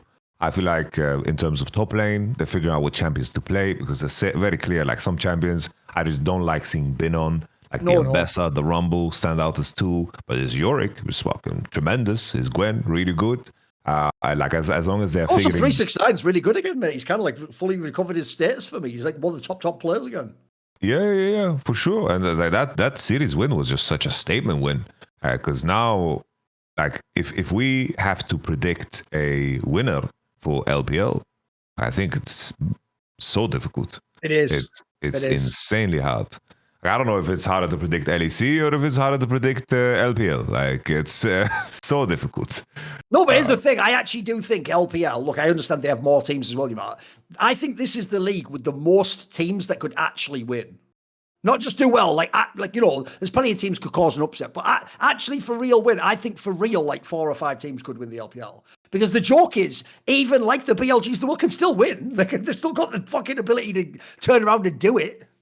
I like how you said 4-5. That was you suddenly adding IG. I was. Listen. Obviously, the normal part of my brain, that's a very reasonable person, when it's 4, because obviously it's like TES, BLG, and anyone's legend and JDG. But then my brain just went, just fucking throw in. Listen, if JDG gets to be in, put IG in as well. Why not? Look, I'll be honest. Maybe IG can't win. We'll take them out again. They could come second. There you go. There's 4 teams can win the LPL, Yamato. Let's be real. There's 4.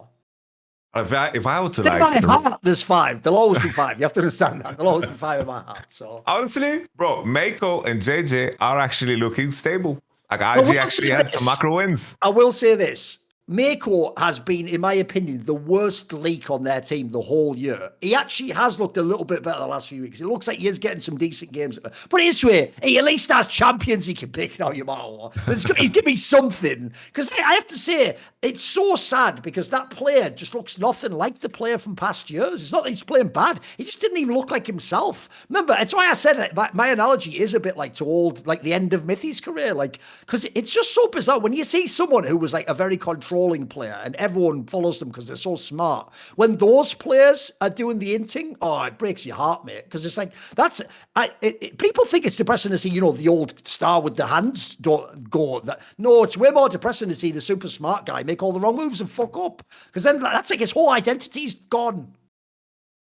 I just for the longest time, like all the Mako deaths, they were like clockwork. We just knew they would happen in the games. Like the last couple of series that IG played, like the last 3, especially after like that win against JDG, IG, I think, Mako and JJ had some of their best games. We are conveniently not talking about how dirty that EDG series is or was. Because it was a very, very ugly one. IG 3-0. EDG isn't even a good team, and for real, they could have almost lost every game in the fucking series. It was like they were doing that thing where you almost would have thought they were like that's why I made the joke about Rookie. You would have thought that what happened was Rookie was like, "Come on, guys, let me get a few more kills off before we end the game." Like they were just making this motherfucker last forever, but at the same time, you know what? It was almost like a WWE match, Yamato. We needed it to look like it was close and then roll out of the pin and then keep the match going, you know, because there wasn't really necessary to have like a 15 kill Akali game or whatever. Like, that's not really what you need to beat EDG, is it? Like, that's a bit of overkill, some would say, Yamato. It just seems, this squad seems like more than anything. They kind of like look at their schedule and the name on the list is what is going to like. That's how they gauge their excitement level for the match. Yes. The better the opponent, the better IG seems to play. Yeah, they do.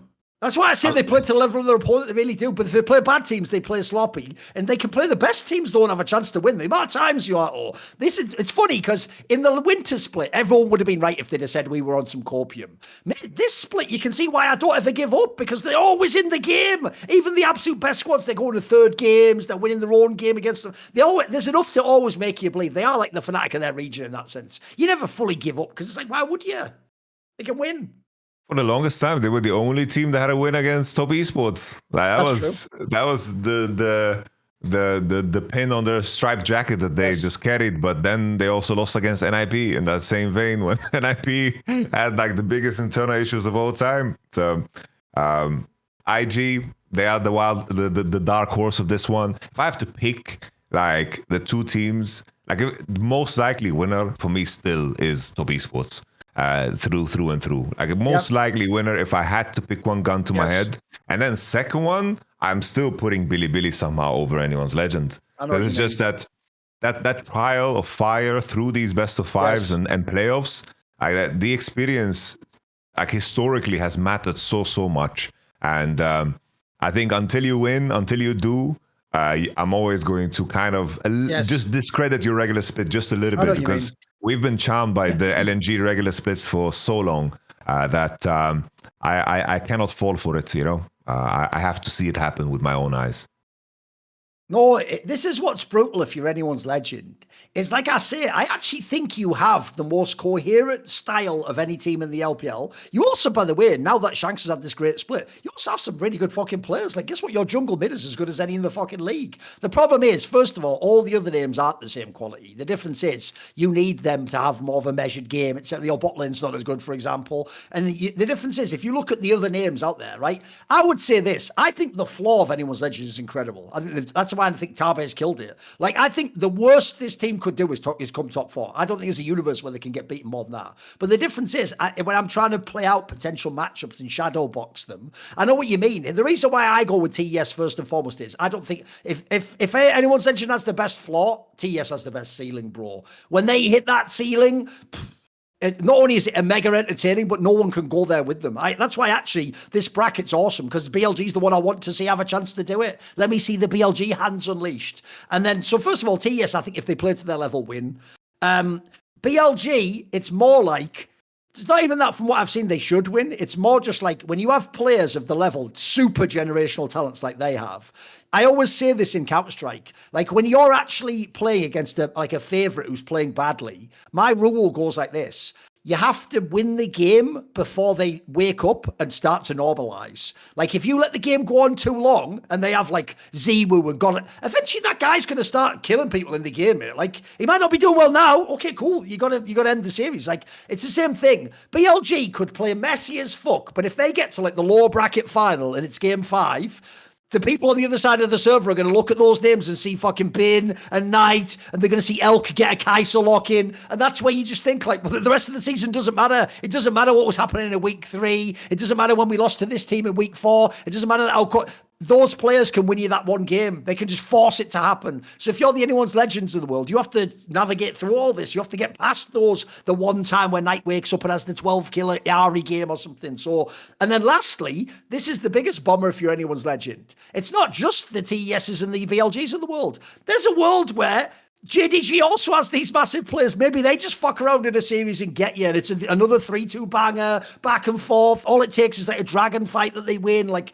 this is why, if you're anyone's legend, if you actually win or go to MSI, even if it's just MSI, I'll be very impressed. I'll be very impressed. I think that would be a big overperformance for this roster, but it would be earned. It would be justified. But again, this is how dangerous the LPL is, mate. Because, like I say, you can't even write JDG off. And we're talking, like, to be fair about IG. IG also fuck around with some of these teams too. They'll at least give you a test. They'll push you a little bit. And just to think, the context is like GenG is doing great regular split. Let's say the 3-0-1 BO5. And then they go to MSI, and then the playoffs is over for them. The teams that are gonna come out of the LPL, like, let's just like imagine it, that top esports, they have to, the first round should be pretty easy, but then they have to beat, let's say, Billy, and then they need to beat anyone's legend, and let's say they need to beat Billy again. Woo! To win the LPL, right there, mate. That's battle tested. Yeah, it's like this trophy will be covered in some royal fucking blood. Like, this is going to be a trophy that is extremely meaningful. Like, this spring split, whoever wins it, I credit to you, because you have beaten some demonic teams. Like, this bracket is really, really tough. To know that you have to win minimum 4 BO5s, that's rare. Most of the time in formats where, like, you're winning every BO5 is usually like 3 BO5s, because it's like 16 playoffs. And that's what it is. So respect to whoever does. It's going to be fun to watch. By the way, I have one last little mini topic, and then we'll do the viewer questions. I actually think this has been a reasonably lengthy episode. We haven't done like a 7-hour one. It's all we're building into the playoffs region. One last topic I have is this, but I'm going to do it differently. It is the topic about the Hall of Legends, Yamato, but it's not going to be should Uzi I be in there, what order, the things everyone else has done. What I want to ask you is this. Being as the current order of the Hall of Legends has basically gone Faker, because they're not doing it in order. They're just doing like greatest player of all time. And obviously, by the way, spoiler, he will sell loads of skins. It's clear that like popularity and influence is a massive deal. By the way, it makes sense. It's a crowdfunding initiative. You want people who want to buy the skin to generate the money, right? Uzi coming second to me suggests to me that you are heavily leaning into like how famous are you? By the way, in his case, the fact he's Chinese is like 90% of that fucking thing. Like, spoiler, Def's a better player, but Def's Korean. You want Chinese people to get active. It's a massive market. It's the biggest market in league right now is China, right? And also, even though there were better players than Uzi, he's the most iconic. He is. Like, I might think Zhao Hu did more, or MKOI had a bit longer career, or Jackie Love was the better ADC. It doesn't matter. Their name value isn't the same as Uzi. Like, I understand why fans think Uzi is the second best player of all time. Name value wise, he has that status. He got to that point in the game. Oh, sorry, I thought you were paused there. Right, but here's the thing though. What people are missing is this, Yamato. If Uzi is second, it actually probably does imply who the next names are. And by the way, this is where I think everyone's going to start raging, mate. Because you know the reason why people aren't mad now is because Uzi would get in eventually. Like, even I say for me, I think actually a lot of names have passed him up. But I still think he'd probably be like the 10th best player of all time or so. He's still a really all-time great player. Here's the problem you're going to have. If you're going to lean into the idea that it's about how big your name is, how influential you are, and like how, you know, how much you contributed to the leagues, people are going to think I'm trolling when I say this, Yamato. For real, one of the next names will probably be Clearlove. I'm not even joking. Because logically, if people don't know, yes, you're all going to do now what I did to you with Uzi. You're all going to go, Clearlove? He's not as good as Canyon. And no, you're right. But I'll tell you what, he's a way more famous name. And in China, he is the biggest jungle name ever. He just is. Like, I'm sorry. Like, if you want to ask who were the most famous Chinese players ever, remember, another detail people miss with Uzi is a lot of the best Chinese players in LPL weren't Chinese, they were Korean. You also need it to be a Chinese player. There aren't that many Chinese names with the true stars of the league that long. Clearlove, I'm sorry. I think he was overrated. It was obviously one of the classic disputes on the show. Us LCK fans used to go, is he even a jungler? He doesn't even fucking gank. But, like, he was a mega influential player. He was in a lot of championship teams, mate. Like, what do you think of that? Because in the past, a bit like the Uzi thing, Monty's number one pet peeve was there were a lot of years where if you'd have asked fans, like in 2018, Yamato, who's the second best player of all time? They're not trolling. They would have said Bengi, which is obviously nightmare fuel if you're Monty and like a score fan, etc. Like, because you're like, it shouldn't even be on the list. So people are getting mad at me now going, well, look, Uzi does deserve. So stop being so why are you nitpicking? You're going to nitpick like a motherfucker when that Clearlove name comes out, boys. I want to know what you think is because it implies to me this is more actually just about popularity and making money. It's not really trying to be like the greatest players of all time. You know what I mean? No, I think it's a very, very fair prediction. I wonder if they're going to do the thing with, like, basically they follow the formula of how they distribute Worlds events or MSI events where they, like, go for region, but there is nobody in the West that single-handedly has the level of popularity that closely, like, remotely compares to some of the players that we have, of course, in LPL or LCK. Like, I think the natural progression is like, for those who don't know, it's like the most popular players like Jackie Love, Rookie, Doinby in the LPL. But I wonder if they're going to do this thing where they want to like jump between the roles. Do they want to jump between the roles? Is that going to be like a blocker? Do they want to cover all roles? Right. Do they want to do like region for region? In my mind, I'm hoping. Oh, right, but what Yamato's implying as well, the other angle, like you say, if we're going region for region, then the obvious next ones are Bjergsen and Caps and fucking Maple. Yeah, those would be the next ones also. Similarly, right? If we're doing region by region, most famous player and most influential, this should be. It just, I think the big mistake in my mind is that it's like Faker makes sense, Uzi makes sense. Clearlove, you can argue, but it's like introducing one player, like it doesn't make any sense. They need to shape some form of classes and groups, like class of 2021, and then they just have like 10 legendary players that did insane in 2021. Yes. Then they introduce them, and then they can make the battle pass the storyline of what happened in that year internationally and regionally, and then maybe like the most famous, the two most famous players in the bunch get skins tied to champions that everybody plays and spends money on. I think that would make a lot more sense because I don't see anyone comparable to the caliber of Uzi and Faker in terms of what they represent. But Clearlove, definitely, if they're continuing with the same recipe, Clearlove is going to end up there. It wouldn't be an unfair one. And by the way, you'd sell fuck tons of skins, I'll guarantee you that. If you put some like Clearlove, I don't know, fucking Elite skin or something, I guarantee everyone will buy it. He didn't play fun enough champs. You know, he needs to play like they need to introduce like a Yasuo player. They need to introduce a Lux player. You know, I hope like for me, what the Hall of Legend represents, what I think it should be, which obviously it's just a way for Riot to make money currently. I hope they just introduce way more people.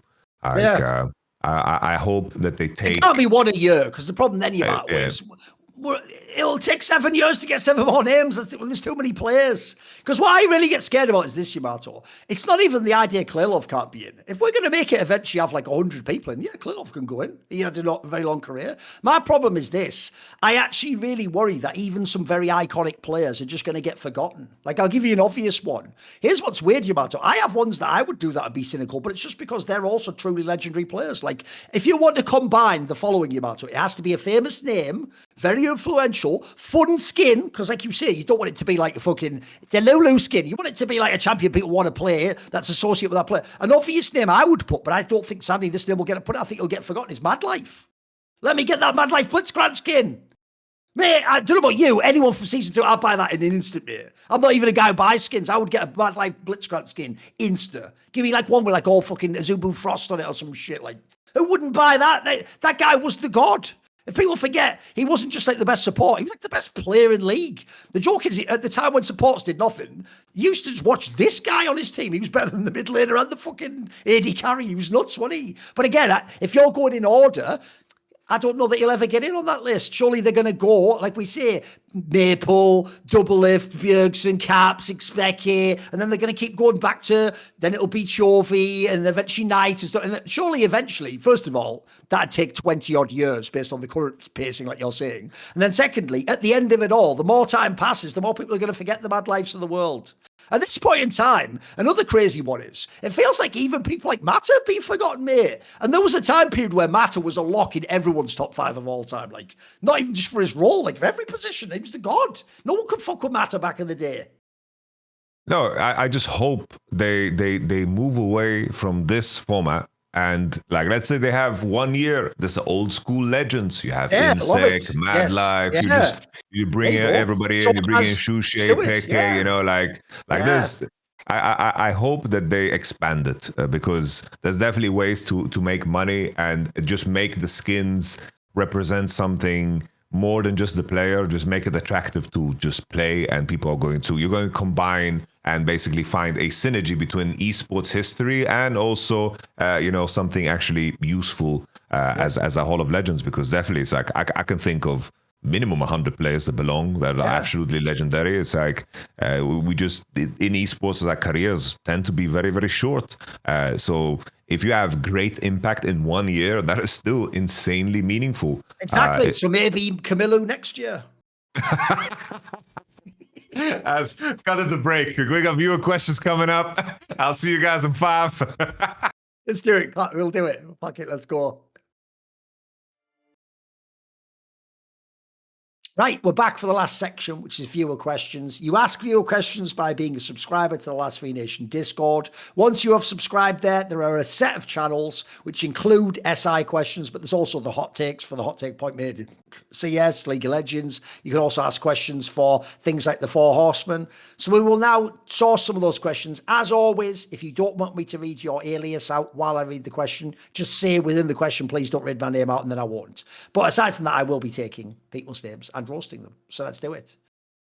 So let's see, where do I want to go? I normally start at the top, so I'll start towards the end and we'll work our way back. So Spooken asks, what are your favorite art mediums and how do you differentiate between them? For example, do comics fall under literature? Are like, for example, movies and TV the same class of art? Like, do you have the differentiate? So first of all, what are your favorites? What are your favorite like artistic mediums, Yamato? What do you vibe with the most? I guess for me, just books and like series mostly. Like and in terms of like the traditional sense, I'm not too big into like sure I can admire the beauty of nature, or like the, let's say, if someone like Michelangelo's fucking sculptures or something, I can admire that, but that's just because it's the peak of something, so I wouldn't appreciate the nuance of it.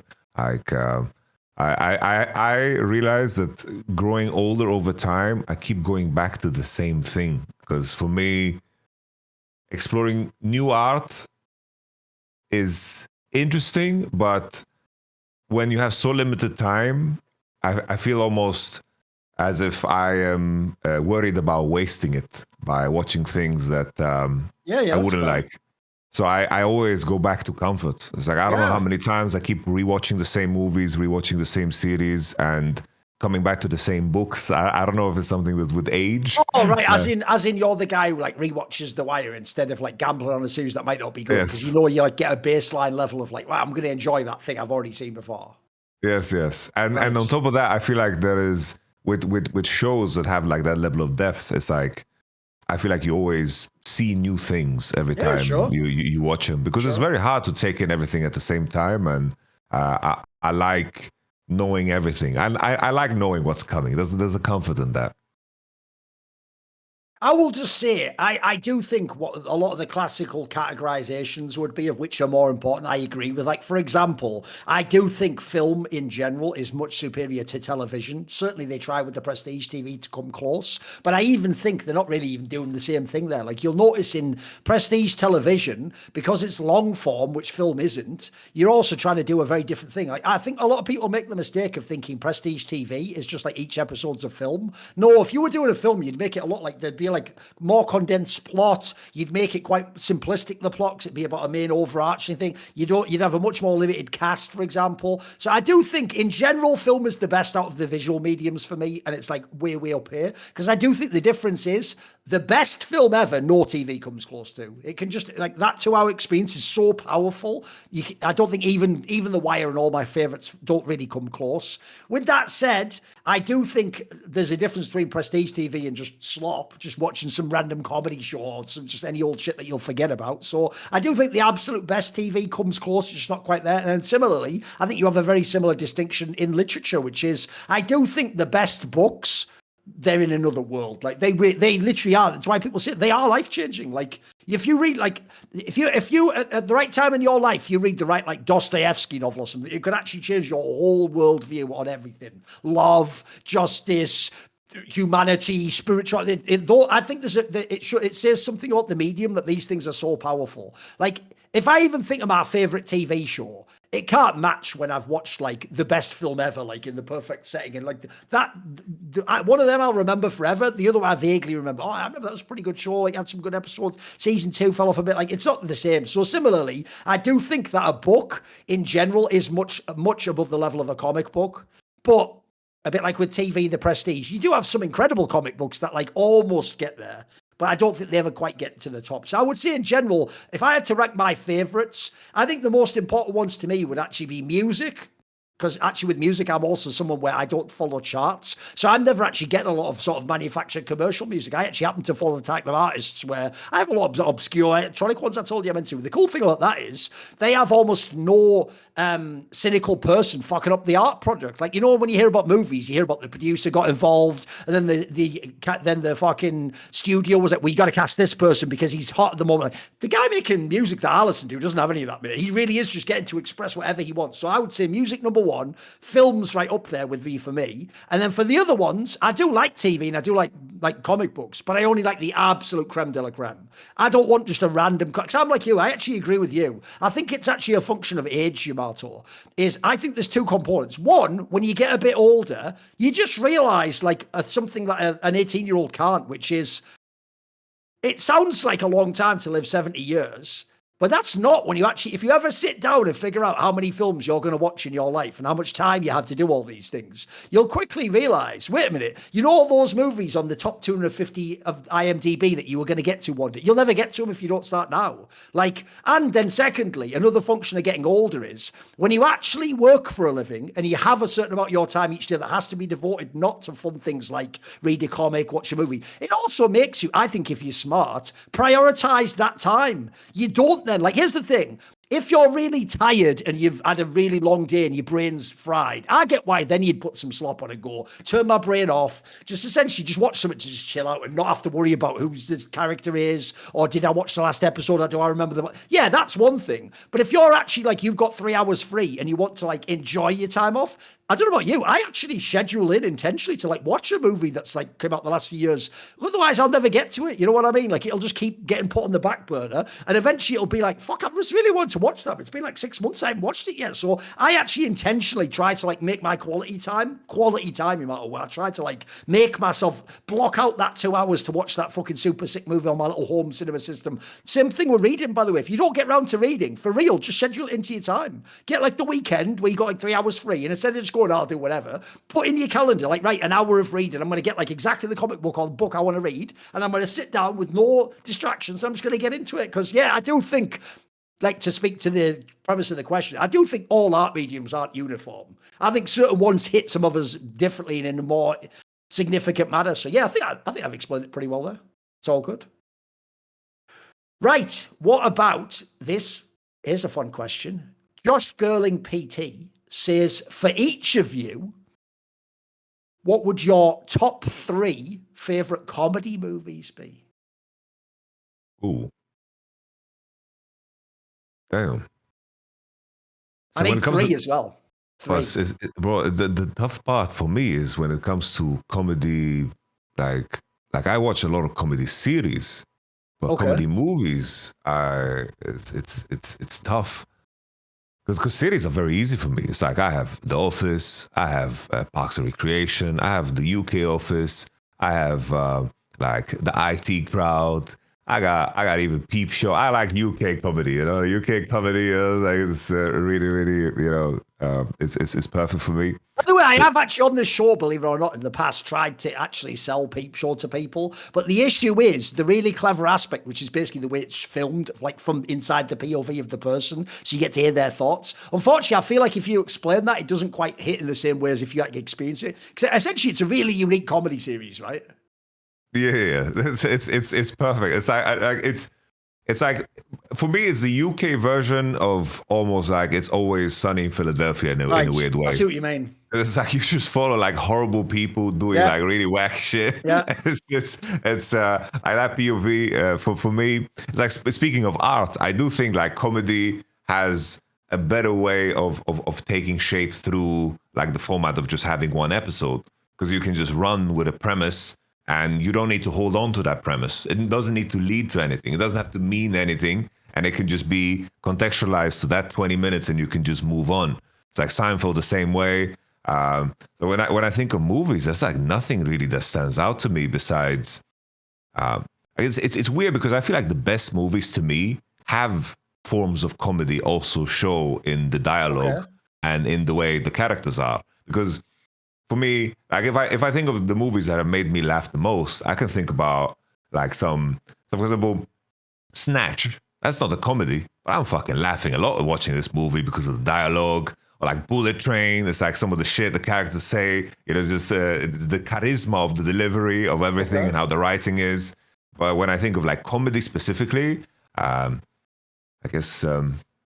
I'm thinking like the one movie that comes to mind is just Shaun of the Dead. I guess. Oh, okay. You really are enjoying the British comedy. Okay, fair enough. But 3, you need to help me, Thorin. I'll give you 3. I'll give you 3. Okay, shoot. I think I've got a pretty strong 3 too. Okay, so let's hear it. First and foremost, because this is just one of my favorite films ever. I've watched this film 1 million times. It is Clerks. Kevin Smith's Clerks. Jay and Silent Bob. You ever watched that one? I have not watched it.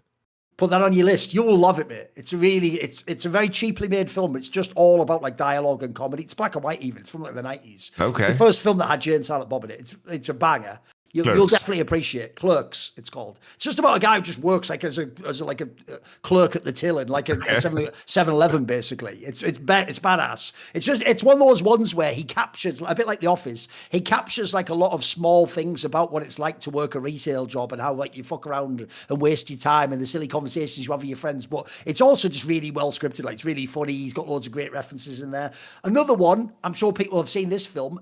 I'm not a big Adam Sandler fan, but I'll tell you what. The first Happy Gilmore. Oh, that is a fucking movie. You ever watched Happy Gilmore? Yeah, of course.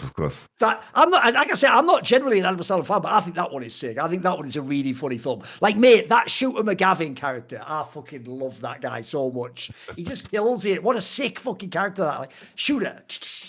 Oh, that thing where he like fires that guy where he tells him like, "What do you think? Like a 5 island?" And then he uses the other one like, "You're fired." That guy's so sick. And then my third one, I'm gonna sort of cheat because technically, Yamato, this film wasn't made as a comedy, but it is a comedy, and it is the film The Room, which is the one that was.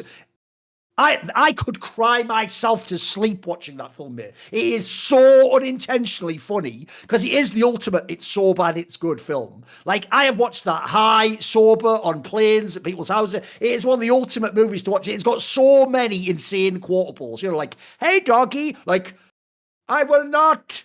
Like, whatever.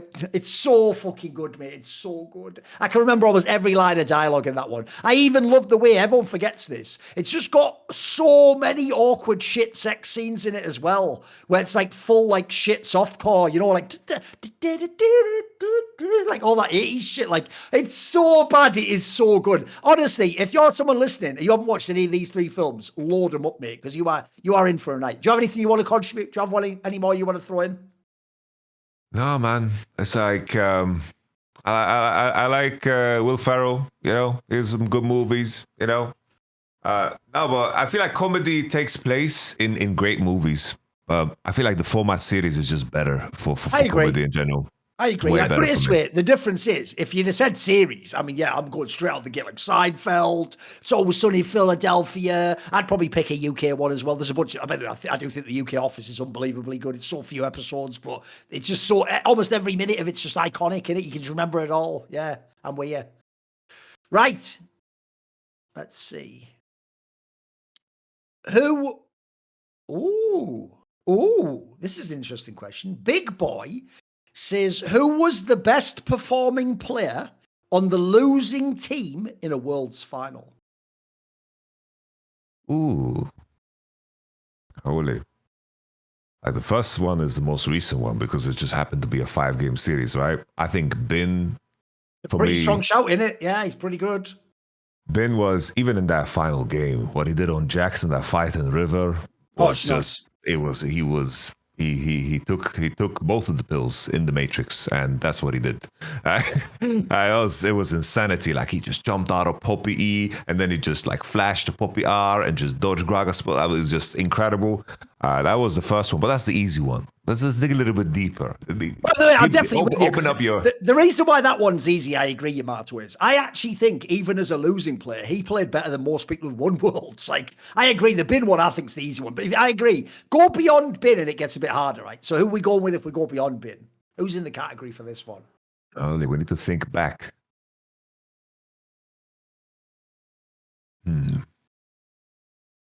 I was thinking about Prey 2015, but it's like that's not even like remotely close. It's not even remotely close to the conversation. Maybe someone from down one the year they lost to EDG. I'm not sure who it would be, but someone from down one must have played well. It was a 5-gamer, wasn't it? Showmaker was incredible. It's like their ball agents didn't have the pool to pull through. Showmaker was really, really good. I'm trying to think of other years. Nobody 2019, definitely nobody 2018. 2017 was a rough one because that was just 3-0. Like most world finals are just stomps. They're very, very one-sided. So it has to be the 2024 one, right? When I think of the one that was like the 3-2 Samsung T1, one where Samsung lost, that's hard to pick who it'd be from Samsung. I mean, I think Crown was pretty good at the time, but I can't remember if he was good in the final. I assume Ruler probably had a decent series. It's hard to remember that one, to be fair, though. Yep. Oh, it's like... the real answer is just Bin, but I agree. It was interesting trying to figure out the second one. Yep. True. Right. Wait there a second. Right, this is one for me, I assume, because it sounds like it's a basketball one.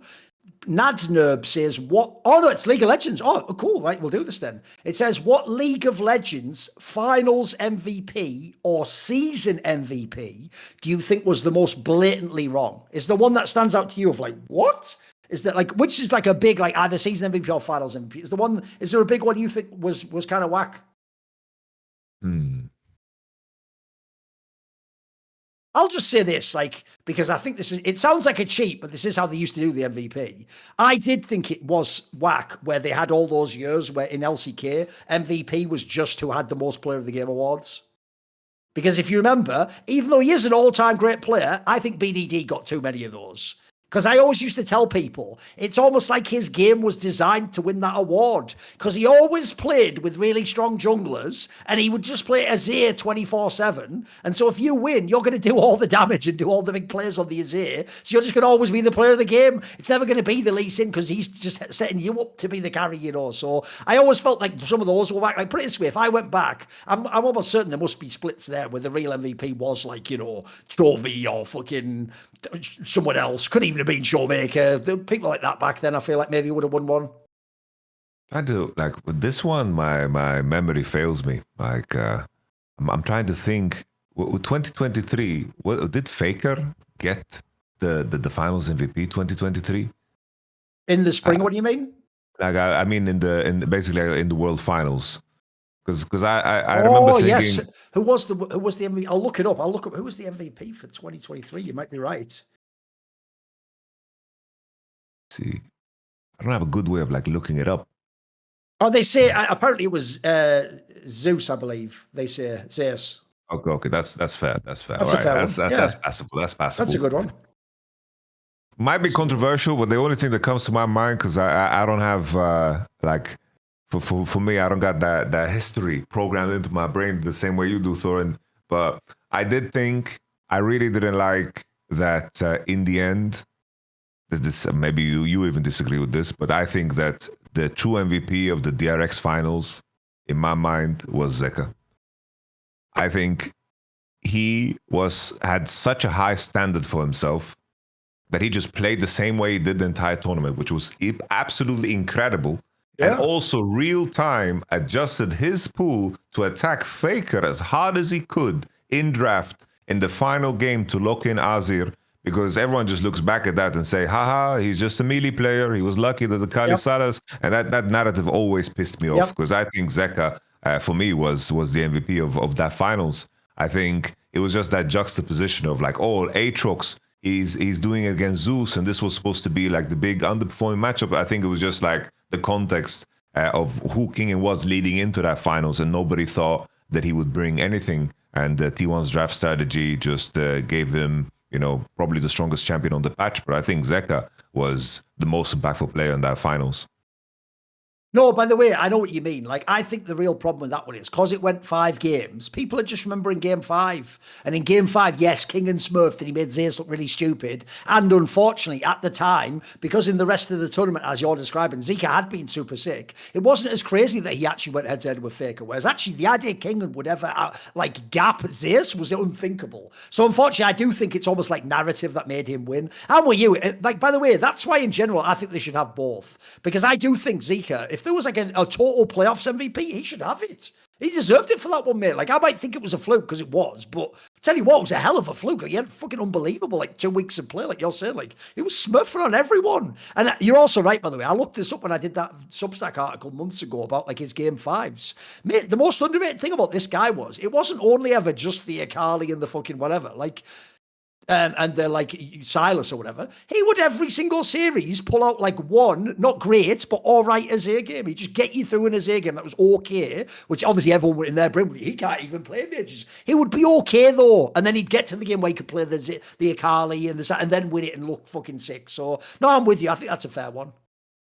Right. Oh, this is a question for me. It's a football one. Morguina says, Thorin, what storyline do you think is better? Ange Postecoglou, who was the Spurs coach, seeing he wins a trophy in his second year at his squads, as I think he said in an interview, and then finishing 17 in the Premier League, but winning the Europa League, so he did win a trophy, or Tyrese Halliburton being named the most overrated player, then leading the Pacers to an NBA championship? Right, obviously the second one hasn't happened yet because they haven't won the championship, but I think it's got to be the second one. I think they're both pretty cool. They're both sort of like aura movie moments, but the second one's cooler because if your peers vote you the most overrated player, but then in the playoffs you are absolutely money in the bank and you're just actually beating your peers heads up, including ones on better team. I think that's as cool as fuck. Because what that shows is, and this will be shocking to some people, even pro players can be plebs in their own way. I often have a thing I say in CS, which is partly because it's a good point, and partly to fuck with pro players. I always say, you do know there are some pro players in Counter-Strike that are also idiots. They just have better aim than you. That's why they're pros. Like,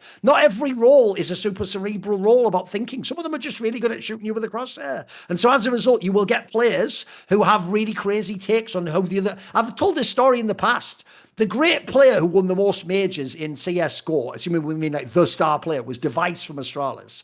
Before he'd ever won the major, there used to be other all-time great players who used to tell me, nah, everyone overrates him. He's not actually that good, is he? And like, that's just because they didn't fuck with his playing style. That's what they've done to this Tyrese Halliburton guy. The problem is, I think personality-wise, they think he's too like cheesy or like a nice guy or whatever. But his game's fucking killer. He's not the guy who tries to score all the points. He's like a guy who's like has a very measured game. But I think he's got a fantastic game. So I think that's a sick storyline. We'll do like 2 more. I think that we'll fuck it here. Let me have a look here. All right, here's one for you. XX Sweet Breeze XX. So they've got like an old fucking AOL instant messenger type name. All right, fair enough. ASL. Anyway, how do you... That's a fucking throwback and a half right there. I know. Everyone else can name it. That means, Thorin, you don't even know. You don't even know. How do you guys feel about EWC this year? It's effectively the same teams as MSI, right after MSI, but with a different format. Would this year's tournament actually hold more weight in how we evaluate teams' performances this year? What do you think? I think the main issue is the teams are flying out to Canada, and then 2 days later, they are flying out to Saudi Arabia to play another goofy-ass tournament. Like, the context of the proximity is such a logistical nightmare. It's like in terms of what the jet lag is, in terms of what it is. There is too many things.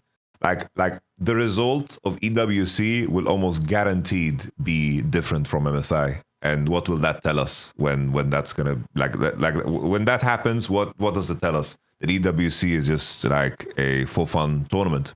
Like more games is fun and all, but I do think that the issue of just traveling so soon, I think is going to be too blatant. And then if they're going to run back the exact same thing where they're doing like the for fun matchups where they have LTA versus LEC in the first round, and then LCK versus LPL in the first round, and they're doing that because we want to see those matchups, but with no like true seeding, then it's just another layer of the tournament being kind of unserious, and it's just going to be single elimination best of threes. I can see a world where the players will be happy to just go home as soon as possible after they've gotten their bag and they've done their job over there. I'm just looking. It's really right after MSI, like the week after again. Oh, why? That's the worst part then, Yamato. Here's the thing. By the way, obviously, this whole Saudi thing for me doesn't affect the game itself. That's a different question, what you think politically should be an esport. If you talk about the tournament itself, I'm glad there's another international tournament. I used to love watching the IEMs and other things like that. So, but I'm with you. The real problem is just like, you can't have it right after though. I need like a month between or something, you know. I need people to go back to their regions, practice, play, build narratives, and then come and have it. Because otherwise it does just feel like a bizarre remix of MSI without the same stakes. And the real problem is this, right? I actually think if T1 didn't win last year's Yamato, no one would give a fuck about that tournament. The problem is, because it was the only thing T1 had won that year, it allowed the biggest fan base in League to go, maybe it does count. Whereas I think if GenG had won that as part of like their golden road or whatever, no one would have given a fuck. They'd go, who cares? So I actually do want it to be a good competition, because obviously, like, I want to see as many international BO5s as I can between these top teams. That does sound great. I'm with you. Like, that feels too close. It feels like you're just undercutting fucking this tournament by having MSI before, which is the much more important tournament historically. Like, there's no one, but it's way, if GenG loses MSI and wins DWC, they're not going to be fucking having a big firework parade, are they? Like, they're going to be a bit sad. Doesn't that tell you everything? Right, there's one last question, Yamato, and it's mental, so buckle up. Far Night 92, this is a long question, so just listen, mate, because it's for you to answer.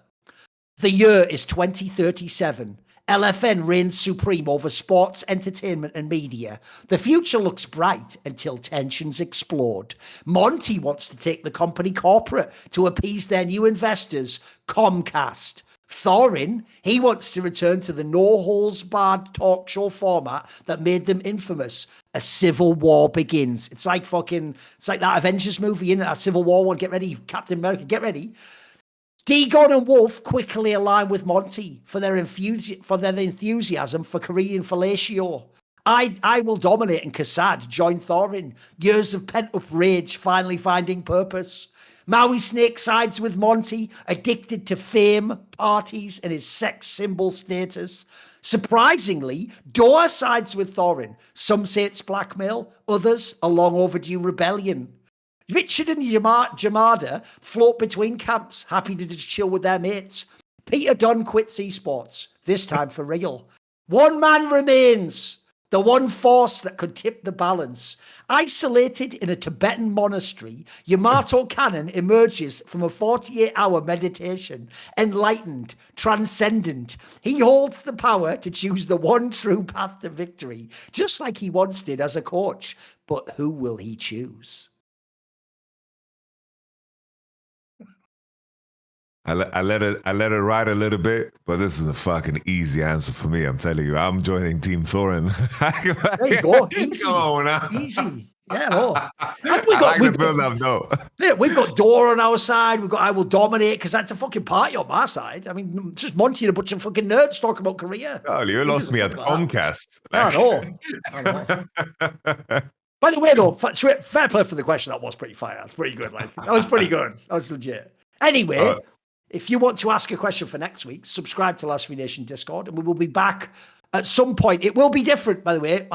It might be Tuesday. We're going to confirm it, but it might be Tuesday next week. We're not going to do Monday because we've got something else going on. But we will be back at some point next week, hopefully.